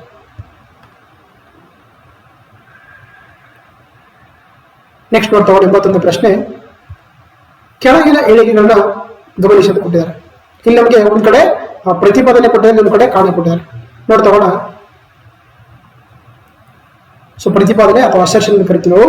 ಪರಿಸರ ವ್ಯವಸ್ಥೆಯ ಸ್ಥಿರತೆಗಾಗಿ ರೇಖೀಯ ಆಹಾರದ ಜಾಲ ಅಥವಾ ಆಹಾರ ಸರಪಳಿಯು ಅತಿ ತೀವ್ರವಾಗಿ ಪರಸ್ಪರ ಅವಲಂಬನೆಯನ್ನ ಸೂಚಿಸುತ್ತದೆ ಮತ್ತು ಇದರಿಂದ ಪರಿಸರ ವ್ಯವಸ್ಥೆಯ ಸ್ಥಿರತೆಯು ಕಡಿಮೆಯಾಗಿದೆ. ಇಲ್ಲಿ ಸಂಕೀರ್ಣವಾದ ಆಹಾರ ಜಾಲವು ದುರ್ಬಲವಾದ ಸಂಬಂಧಗಳನ್ನ ಹೊಂದಿದೆಯೋ ಅಲ್ಲಿ ಎಂದು ಇದು ಪರಿಸರ ವ್ಯವಸ್ಥೆಯ ಸ್ಥಿರತೆ ಹೆಚ್ಚಿಸುತ್ತದೆ ಕೊಟ್ಟಿದ್ದಾರೆ. ಸೊ ಫಸ್ಟ್ ಸ್ಟೇಟ್ಮೆಂಟ್ ಅಂದ್ರೆ ಪ್ರತಿಪಾದನೆ ಸರಿಯಾಗಿದೆ. ಅದೇ ರೀತಿ ಸೊ ಕಾರಣ ನೋಡ್ತಗೋಣ. ಕಡಿಮೆ ಜನಸಂಖ್ಯೆಯ ಪ್ರಕ್ರಿಯಾತ್ಮಕ ಕೊಂಡಿಗಳು ಪರಿಸರ ವ್ಯವಸ್ಥೆಯ ಅಸ್ಥಿರತೆಗೆ ಕಾರಣವಾಗಿವೆ. ಎಲ್ಲಿ ದೊಡ್ಡ ಪ್ರಕ್ರಿಯಾತ್ಮಕ ಕೊಂಡಿಗಳು ಮತ್ತು ವೈವಿಧ್ಯತೆಯ ಪರಿಸರ ವ್ಯವಸ್ಥೆಯು ಸ್ಥಿರತೆಯನ್ನ ಕಡಿಮೆ ಮಾಡುತ್ತದೆ ಅಂತ ಕೊಟ್ಟಿದ್ದಾರೆ. ಸೊ ಹಾಗಾಗಿ ಇಲ್ಲಿ ಪ್ರತಿಪಾದನೆ ಎ ಮತ್ತು ಕಾರಣ ಎರಡು ಕೂಡ ಸರಿಯಾಗಿದೆ. ಆದ್ರೆ ಕಾರಣವು ಪ್ರತಿಪಾದನೆಯ ಸರಿಯಾದ ವಿವರಣೆ ಅಲ್ಲ. ಸೊ ಹಾಗಾಗಿ option 2 is the right answer ಅಂತ ಕೊಟ್ಟಿದ್ದಾರೆ. ನೆಕ್ಸ್ಟ್ ನೋಡ್ತಾ ಹೋಗೋಣ. ನೋಡಿ, ಒಂದ್ ಕಡೆ ಬುಡಕಟ್ಟು ಜನಾಂಗ ಕೊಟ್ಟಿದ್ದಾರೆ ಮತ್ತು ಇನ್ನೊಂದ್ ಕಡೆ ಅವರ ಒಂದು ಕುಲ ಕಸುಬು, ಅವ್ರ ಕೆಲಸ ಏನಂತ ಕೊಟ್ಟಿದ್ದಾರೆ. ನೋಡ್ತಾ ಹೋಗೋಣ. ಸೊ ಗೌಡ್ರು ಇದಾರಲ್ಲ, ಇವ್ರೇನಂದ್ರೆ ಇವರ ಮೂಲ ಕುಲ ಕಸುಬು ಅಂದ್ರೆ ಪಶುಪಾಲನೆ ಮಾಡುವಂಥದ್ದು. ಆಪ್ಷನ್ 1 ಗೆ 4 ಆಗುತ್ತೆ. ಅದೇ ರೀತಿ ಅಕ್ಕಿ ಪಿಕ್ಕಿ ಏನ್ ಮಾಡ್ತಾ ಇದ್ರೆ ಇವ್ರು ವ್ಯಾಪಾರ ಮಾಡ್ತಾರೆ. ಆಪ್ಷನ್ 2 ಬಿ ಕರೆಕ್ಟ್, 3 ಕರೆಕ್ಟ್ ಆಗುತ್ತೆ. ಹಲಸರಿಗೆ ಇವ್ರು ಏನ್ ಮಾಡ್ತಾರೆ ಅಂದ್ರೆ ಜೇನು ಸಂಗ್ರಹಣೆ ಮಾಡ್ತಾರೆ. ಸೋಲಿಗೆ ಏನ್ ಮಾಡ್ತಾರೆ, ಕುಂಬರಿ ಬೇಸಾಯ ಮಾಡ್ತಾರೆ. ಸೊ ಹಾಗಾಗಿ ನಮಗೆ ಆಪ್ಷನ್ ಸೊ ಏನಾಗುತ್ತೆ 2 ಕರೆಕ್ಟ್ ಆಗುತ್ತೆ. A4 B3 C2 D1 ಆಗುತ್ತೆ. Option 2 is the right answer ಅಂತ ಕೊಟ್ಟಿದ್ದಾರೆ. 83ನೇ ಪ್ರಶ್ನೆ ಮೆಂಟಲ್ ಕ್ವಶನ್ಸ್ ಇದೆ. Option 1 is the right answer ಅಂತ ಕೊಟ್ಟಿದ್ದಾರೆ. 84ನೇ ಪ್ರಶ್ನೆ ಅಗೇನ್ ಮೆಂಟಲ್ ಕ್ವಶನ್ಸ್ ಇದೆ. Option 1 is the right answer ಅಂತ ಕೊಟ್ಟಿದ್ದಾರೆ. ನೆಕ್ಸ್ಟ್ 85ನೇ ಪ್ರಶ್ನೆ ಬಂದು ಕರ್ನಾಟಕ ಸರ್ಕಾರವು ಡ್ಯಾಶ್ ಸುಧಾರಿಸುವುದಕ್ಕಾಗಿ ಭಾಗ್ಯಲಕ್ಷ್ಮಿ ಯೋಜನೆಯನ್ನ ಜಾರಿಗೊಳಿಸಿದ್ರೆ ಸೊ ಎಲ್ಲ ಕೊಟ್ಟದ್ದು ಅಂದ್ರೆ ಲಿಂಗಾನುಪಾತ ಸುಧಾರಿಸಲು, ಬಿಪಿಎಲ್ ಕುಟುಂಬಗಳಲ್ಲಿ ಹೆಣ್ಣು ಮಕ್ಕಳ ಜನನಕ್ಕೆ ಪ್ರೋತ್ಸಾಹ ನೀಡಲು, ಇದು ಕೂಡ ಸರಿಯಾಗಿದೆ. ಅದೇ ರೀತಿ ವಾರ್ಷಿಕ ರೂಪಾಯಿ 3,000 ರೂಪಾಯಿಗಳನ್ನ 15 ವರ್ಷಗಳವರೆಗೆ ಇಬ್ಬರ ಮಕ್ಕಳ ಹೆಸರಲ್ಲಿ ನೀಡುವುದು, ಇದು ಕೂಡ ಸರಿಯಾಗಿದೆ. ಸೊ ಹಾಗಾಗಿ ಆಪ್ಷನ್ 4 ಮೇಲಿನ ಎಲ್ಲೋ ಕೂಡ ಸರಿಯಾದ ಹೇಳಿಕೆಯಾಗಿದೆ ರಿಗಾರ್ಡಿಂಗ್ ದ ಭಾಗ್ಯಲಕ್ಷ್ಮಿ ಯೋಜನೆ. ನೆಕ್ಸ್ಟ್ ಮುಂದಿನ ಪ್ರಶ್ನೆ ನೋಡ್ತಾ ಹೋಗೋಣ. 86ನೇ ಪ್ರಶ್ನೆ, ಇದು ಕೂಡ ಮೆಂಟಲ್ ಪ್ರಶ್ನೆ ಆಗಿದೆ. So option 4 2209 option 4 is the right answer ಅಂತ ಕೊಟ್ಟಿದ್ದಾರೆ. 87ನೇ ಪ್ರಶ್ನೆ ಅಗೇನ್ ಮೆಂಟಲ್ ಕ್ವಶನ್ಸ್ ಇದೆ. ಸೊ ಆಪ್ಷನ್ 2 ಶೇಕಡಾ 29 ಅಂತ ಕೊಟ್ಟಿದ್ದಾರೆ. ಸೊ 88ನೇ ಪ್ರಶ್ನೆ ಆಪ್ಷನ್ 1 744 ಮತ್ತೆ 496 ಅಂತ ಕೊಟ್ಟಿದ್ದಾರೆ. Option 1 is the right answer ಅಂತ ಕೊಟ್ಟಿದ್ದಾರೆ. ಸೊ 89ನೇ ಪ್ರಶ್ನೆ mental questions option 3 is right answer ಅಂತ ಕೊಟ್ಟಿದ್ದಾರೆ. 90ನೇ ಪ್ರಶ್ನೆ option 1 is the right answer ಅಂತ ಕೊಟ್ಟಿದ್ದಾರೆ. 91ನೇ ಪ್ರಶ್ನೆ option 2 is the right answer ಅಂತ ಕೊಟ್ಟಿದ್ದಾರೆ. 92ನೇ ಪ್ರಶ್ನೆ ನೋಡ್ತಾ ಹೋಗೋಣ. ಫಿಲಿಪ್ ಕರ್ವ್ ಅಂತ ಕೇಳಿದ್ದಾರೆ ಎಲ್ಲ ಕೂಡ. ಅವರ ಕನ್ನಡದಲ್ಲಿ ನಾವು ಫಿಲಿಪ್ ರೇಖೆಯನ್ನ ಕೊಟ್ಟಿದ್ದಾರೆ. ಓಕೆನಾ, ಅದರ ಡೆಫಿನೇಷನ್ ಕೇಳಿದ್ದಾರೆ. ಆಪ್ಷನ್ ಏನು ನೋಡ್ತಾ ಹೋಗೋಣ. ಆರ್ಥಿಕ ಬೆಳವಣಿಗೆಯಿಂದಾಗಿ ಹಣದುಬ್ಬರವು ಹೆಚ್ಚಳವು ಉದ್ಯೋಗ ಸೃಜನೆ ಮತ್ತು ನಿರುದ್ಯೋಗ ಇಳಿಕೆಯಾಗಲು ಕಾರಣ ಅಂತ ಅಂದ್ಕೊಂಡಿದ್ದಾರೆ. ಸೊ ಫಸ್ಟ್ ಸ್ಟೇಟ್ಮೆಂಟ್ ಸರಿಯಾಗಿದೆ. ಬಿ ಸ್ಟೇಟ್ಮೆಂಟ್ ಹಣದುಬ್ಬರ ಮತ್ತು ಉದ್ಯೋಗಗಳು ವಿರುದ್ಧ ಸಂಬಂಧ ಅಲ್ಲ, ಹಣದುಬ್ಬರ ಮತ್ತೆ ನಿರುದ್ಯೋಗಗಳು ಇದೆಯಲ್ಲ ಇವುಗಳು ವಿರುದ್ಧ ಸಂಬಂಧ ಹೊಂದಿದೆ. ಸೊ ಹಾಗಾಗಿ ಬಿ ಸ್ಟೇಟ್ಮೆಂಟ್ ತಪ್ಪಾಗುತ್ತೆ. ಸೊ ಹಾಗಾಗಿ ಆಪ್ಷನ್ 1A ಮಾತ್ರ ಸರಿಯಾದ ಎಣಿಕೆಯಾಗಿದೆ. ನೆಕ್ಸ್ಟ್ ನೋಡ್ತಾ 93ನೇ ಪ್ರಶ್ನೆ ನೋಡಿ. ಪ್ರತಿ ಆವರ್ತ ಕೋಶೀಯ ನೀತಿ ಅಥವಾ ಇಂಗ್ಲಿಷ್ ನಲ್ಲಿ ಕೌಂಟರ್ ಸೈಕ್ಲಿಕ್ ಫಿಸ್ಕಲ್ ಪಾಲಿಸಿ ಅಂತ ಕರೀತಾರೆ. ಅದ ನೋಡಿ, ಯಾವಾಗ ನಮ್ಮ ಒಂದು ರಾಜ್ಯದಲ್ಲಿ ಅಥವಾ ದೇಶದಲ್ಲಿ ಎಕನಾಮಿಕಲ್ ತುಂಬಾ ಬೂಸ್ಟ್ ಆಗ್ತಿರುತ್ತೆ ಅವಾಗ ಅದಕ್ಕೆ ಸ್ಲೋ ಡೌನ್ ಮಾಡೋದು, ಯಾವಾಗ ಎಕನಾಮಿ ಸ್ಲೋ ಡೌನ್ ಆಗ್ತಿರುತ್ತೆ ಅವಾಗ ಅದಕ್ಕೆ ಬೂಸ್ಟ್ ಮಾಡೋದು, ಅದನ್ನ ನಾವು ಕೌಂಟರ್ ಸೈಕ್ಲಿಕ್ ಫಿಸ್ಕಲ್ ಪಾಲಿಸಿ ಅಂತ ಕರೀತಾರೆ. ನೋಡ್ತಾ ಹೋಗೋಣ. ಆಪ್ಷನ್ ಎ ಆರ್ಥಿಕ ಮಂದಗತಿಯ ಅಥವಾ ಎಕನಾಮಿಕ್ ಸ್ಲೋಡೌನ್ ಅವಧಿಯಲ್ಲಿ ಜಿಡಿಪಿಯನ್ನು ವೃದ್ಧಿಸಲು ಮತ್ತು ಉದ್ಯೋಗವನ್ನು ಹೆಚ್ಚಿಸಲು ಕೋಶೀಯ ವೆಚ್ಚವನ್ನು ಹೆಚ್ಚಿಸುವುದು ಮತ್ತು ಆರ್ಥಿಕ ವೃದ್ಧಿಯ ಅವಧಿಯಲ್ಲಿ ಕೋಶೀಯ ವೆಚ್ಚವನ್ನು ಕಡಿಮೆಗೊಳಿಸಿಕೊಟ್ಟಿದ್ದಾರೆ. ಸೊ ಹಾಗಾಗಿ ಫಸ್ಟ್ ಸ್ಟೇಟ್ಮೆಂಟ್ ಸರಿಯಾಗುತ್ತೆ regarding the counter cyclic fiscal ಪಾಲಿಸಿಗೆ. ಬಿ ಸ್ಟೇಟ್ಮೆಂಟ್ ಸರ್ಕಾರಿ ಖರ್ಚಿನ ಪರಿಣಾಮವಾಗಿ ಖಾಸಗಿ ಹೂಡಿಕೆಯು ಹೆಚ್ಚಾಗುತ್ತದೆ, ಇದು ಹೂಡಿಕೆಯನ್ನ ಸಂಗ್ರಹಿಸುವಲ್ಲಿ ನೆರವಾಗುತ್ತದೆ. ಇದು ಕೂಡ ಸರಿಯಾಗಿದೆ. ಸೊ ಹಾಗಾಗಿ ಆಪ್ಷನ್ 3 ಎ ಮತ್ತು ಬಿ ಎರಡು ಕೂಡ ಸರಿಯಾಗಿದೆ ಅಂತ option 3 is the right answer ಕೊಟ್ಟಿದ್ದಾರೆ. ನೆಕ್ಸ್ಟ್ ನೋಡ್ತಾ 94 ಪ್ರಶ್ನೆ, ಜಿಎಸ್ಟಿ ಮಂಡಳಿಗೆ ಅಥವಾ ಸೆಂಟ್ರಲ್ ಜಿಎಸ್ಟಿ ಕೌನ್ಸಿಲ್ ಅಂತ ಕರಿತೀವಲ್ಲ, ಇದಕ್ಕೆ ಸಂಬಂಧಪಟ್ಟಂತ ಹೇಳಿಕೆಯನ್ನು ಕೊಟ್ಟಿದ್ದಾರೆ. ಸೊ ಆಪ್ಷನ್ ನೋಡ್ತಾ ಕೇಂದ್ರ ಹಣಕಾಸು ಮಂತ್ರಿಯು ಈ ಮಂಡಳಿಯ ಅಧ್ಯಕ್ಷರಾಗಿರ್ತಾರೆ. ಎಸ್ ಹೌದಾ ನೋಡಿ, ಆರ್ಟಿಕಲ್ 279 ಏನ್ ಮಾಡ್ತಿದ್ದಾರೆ, ನಾವು ಸೆಂಟ್ರಲ್ ಜಿಎಸ್ಟಿ ಕೌನ್ಸಿಲ್ ಅನ್ನ ರಚನೆ ಮಾಡ್ತಾರೆ. ಇದರ ಅಧ್ಯಕ್ಷರಾಗಿರ್ತಾರೆ ನಮ್ಮ ಕೇಂದ್ರದ ಹಣಕಾಸು ಸಚಿವರು ನಿರ್ಮಲಾ ಸೀತಾರಾಮನ್ ಪ್ರಸ್ತುತ ಏನಾದರೆ ಆಕ್ಚುಲಿ ಈ ಒಂದು ಸೆಂಟ್ರಲ್ ಜಿಎಸ್ಟಿ ಕೌನ್ಸಿಲ್ ಅಧ್ಯಕ್ಷರಾಗಿದ್ದಾರೆ. ಸೊ ಫಸ್ಟ್ ಸ್ಟೇಟ್ಮೆಂಟ್ ಸರಿಯಾಗಿದೆ. ಎರಡನೇ ಬಿ ಬಂದು ರಾಜ್ಯ ಪ್ರತಿನಿಧಿಗಳ ಮತಾಧಿಕಾರವು ಸಾಮೂಹಿಕವಾಗಿ 2/3 ಅಂತ ಕೊಟ್ಟಿದ್ದಾರೆ. ಇದು ಕೂಡ ಸರಿಯಾಗಿದೆ. ಅದೇ ರೀತಿ 50% ಕೋರಂ ಇದ್ದಾಗ ಮಾತ್ರ ಮಂಡಳಿಯ ಸಭೆಗಳು ನಡೀತಾ ಅಂತ ಕೊಟ್ಟಿದ್ದಾರೆ. ಇದು ಕೂಡ ಸರಿಯಾಗಿದೆ. ಸೊ ಹಾಗಾಗಿ ಆಪ್ಷನ್ 4 ಮೇಲ್ ಎಲ್ಲವೂ ಕೂಡ ಸರಿ ಅಂತ ಕೊಟ್ಟಿದ್ದಾರೆ. Option 4 is the right answer ಅಂತ ಕೊಟ್ಟಿದ್ದಾರೆ. ನೆಕ್ಸ್ಟ್ ನೋಡ್ತಾ 95 ಪ್ರಶ್ನೆ, ಈ ಕೆಳಗಿನವುಗಳಲ್ಲಿ ಯಾವುದು RBI ನ ವಿದೇಶಿ ಮೀಸಲುಗಳ ಭಾಗವಾಗಿ ನಾವು ಕರಿತೀವಿ ಫಾರೆಕ್ಸ್ ಅಂತ ಕರಿತೀವಲ್ಲ, ಫಾರೆಕ್ಸ್ ರಿಸರ್ವ್ ಅಂತ ಕರಿತೀವಿ ನಾವು. ನೋಡ್ತಾ ಅದ್ರಲ್ಲಿ ಹೇಳ್ತಾರೆ ವಿದೇಶಿ ಕರೆನ್ಸಿ ಆಸ್ತಿಗಳಿರ್ತವೆ. ಎಸ್ ಅದರಲ್ಲಿ ಚಿನ್ನ ಇರುತ್ತೆ. ಸಿ ಅಂತಾರಾಷ್ಟ್ರೀಯ ಹಣಕಾಸು ನಿಧಿಯಲ್ಲಿ ಮೀಸಲ ಸ್ಥಿತಿ ಇರುತ್ತೆ. ಅದೇ ರೀತಿ ಅಂತಾರಾಷ್ಟ್ರೀಯ ಹಣಕಾಸು ನಿಧಿಯಲ್ಲಿನ ಒಂದು SVR ಅಂತ ಕರಿತೀವಿ, ಅಂದ್ರೆ ವಿಶೇಷ ಹಣ ಪಡೆಯುವ ಹಕ್ಕುಗಳು ಕೂಡ ಇರ್ತವೆ. ಸೊ ಹಾಗಾಗಿ ಆ ರಿಸರ್ವ್ ಫಾರೆಕ್ಸ್ ಅಲ್ಲಿ ಆಪ್ಷನ್ ಡಿ ಮೇಲೆಲ್ಲವೂ ಕೂಡ ಭಾಗ ಆಗಿರುತ್ತೆ. Option 4 is the right answer. Next ನೋಡ್ತಾ ಪಾವತಿ ಸಿಲ್ಕುಗಳಿಗೆ ಸಂಬಂಧಪಟ್ಟಂತೆ ಈ ಕೆಳಗಿನ ಶುಲ್ಕಗಳಿಗೆ ಅಂತ ಸಂಬಂಧಪಟ್ಟಂತೆ ಈ ಕೆಳಗಿನ ಹೇಳಿಕೆಯನ್ನು ಪರಿಗಣಿಸಿಕೊಂಡಿದ್ದಾರೆ. ನೋಡ್ತಾ ಬಂಡವಾಳ ಖಾತೆಯ ಭಾಗದಿಂದ ಬಂದ ಇರ ಸಾಲಗಳು ಮತ್ತು ಅನುದಾನಗಳನ್ನು ಕೊಟ್ಟಿದ್ದಾರೆ.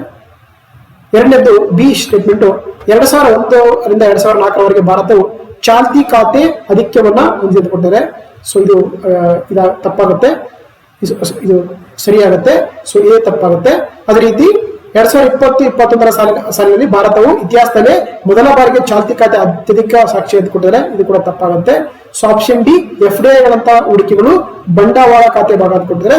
ಇದು ಕೂಡ ಸರಿಯಾಗುತ್ತೆ. ಸೊ ಹಾಗಾಗಿ ಆಪ್ಷನ್ 3 ಬಿ ಮತ್ತು ಡಿ ಮಾತ್ರನೇ ಸರಿಯಾದ ಹೇಳಿಕೆ ಅಂತ option D is the right answer ಅಂತ ಕೊಟ್ಟಿದ್ದಾರೆ. ನೆಕ್ಸ್ಟ್ ನೋಡ್ತಾ 97 ಪ್ರಶ್ನೆ, ಇಂಗ್ಲಿಷ್ ನಾವು ಟ್ರೆಸರಿ ಬಿಲ್ಸ್ ಅಂತ ಕರಿತೀವಿ ಅಥವಾ ಖಜಾನಾ ಬಿಲ್ಗಳನ್ನು ಕರಿತೀವಿ. ಇದು ಕೊಟ್ಟಿದ್ದಾರೆ ನೋಡಿ. ಆಪ್ಷನ್ ಎ ನೋಡ್ತಾ ಇವು ಕೇಂದ್ರದಿಂದ ಹೊರಡಿಸಲಾದ ದೀರ್ಘಾವಧಿ ಸಾಲದ ಭಾಗವಾಗಿವೆ ಅಂತ ಕೊಟ್ಟಿದ್ದಾರೆ. ಸೊ ಇದು ತಪ್ಪಾಗಿದೆ. ಇವು ಶೂನ್ಯ ಕೂಪನ್ ಭದ್ರತಾ ಪತ್ರಗಳಾಗಿವೆ ಮತ್ತು ಯಾವುದೇ ಬಡ್ಡಿಯನ್ನ ಸಂದಾಯ ಮಾಡೋದು ಕೊಟ್ಟರೆ ಇದು ಸರಿಯಾಗಿದೆ. ಸೊ ಹಾಗಾಗಿ ಆಪ್ಷನ್ 2 ಬಿ ಮಾತ್ರ ಸರಿಯಾಗಿ ಕೊಟ್ಟಿದ್ದಾರೆ. ನೆಕ್ಸ್ಟ್ ನೋಡ್ತಾ 98 ಪ್ರಶ್ನೆ, ಹಸಿರು ಠೇವಣಿಗಳ ರೂಪರೇಷ ಅಥವಾ ಗ್ರೀನ್ ಡೆಪಾಸಿಟ್ ಫ್ರೇಮ್ವರ್ಕ್ ಅಂತ ಕರಿತೀವಿ. ನೋಡ್ತಾ ಆಪ್ಷನ್ ಎ ಹಸಿರು ಠೇವಣಿಯು ಪರಿಸರ ಸ್ನೇಹಿ ಯೋಜನೆಗಳಲ್ಲಿ ಹೂಡಿಕೆ ಮಾಡಲು ಹೆಚ್ಚಿಸುವಂತವರಾಗಿ ಮಾಡಲಾದ ಒಂದು ನಿಗದಿತ ಅವಧಿ ಠೇವಣಿಯಾಗಿದೆ. ನಿಯತವಾದ ನಿಗದಿತ ಠೇವಣಿ ಯೋಜನೆಯಂತೆ ಹಸಿರು ಠೇವಣಿಯು ತನ್ನ ಹೂಡಿಕೆದಾರರಿಗೆ ಬಡ್ಡಿಯನ್ನ ಸಂದಾಯ ಮಾಡುತ್ತದೆ ಮತ್ತು ಒಂದು ನಿಗದಿತ ಅವಧಿಯನ್ನು ಹೊಂದಿಕೊಟ್ಟಿದ್ದಾರೆ. ಸೊ ಫಸ್ಟ್ ಸ್ಟೇಟ್ಮೆಂಟ್ ಸರಿಯಾಗಿದೆ. ಬಿ ಸ್ಟೇಟ್ಮೆಂಟ್ ಚಾಲ್ತಿ ರೂಪರೇಷೆಯು ಭಾರತೀಯ ರೂಪಾಯಿಗಳಿಗೆ ಮಾತ್ರ ಹಸಿರು ಠೇವಣಿಗಳಿಗೆ ಅನುಮತಿಸಿಕೊಟ್ಟಿದ್ದಾರೆ.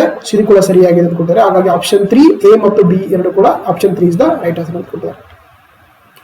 ನೆಕ್ಸ್ಟ್ ನೋಡ್ತಾ 99 ಪ್ರಶ್ನೆ, ಕೆಳಗಿನ ಯಾವ ಹೇಳಿಕೆಗಳು ಗೋಲ್ಡ್ ರಿಸರ್ವ್ ಸ್ಟ್ಯಾಂಡರ್ಡ್ ನ ಗುಣಗಳನ್ನ ಅತ್ಯುತ್ತಮವಾಗಿ ಬಿಂಬಿಸಿಕೊಟ್ಟಿದ್ದಾರೆ? ಸೊ ಆಪ್ಷನ್ ಎ ಇದು ಯುರೋಪ್ನಲ್ಲಿ ಜನಪ್ರಿಯ ಅಂತ ಕೊಟ್ಟಿದ್ದಾರೆ. ಎಸ್ ಫಸ್ಟ್ ಸ್ಟೇಟ್ಮೆಂಟ್ ಸರಿಯಾಗಿದೆ.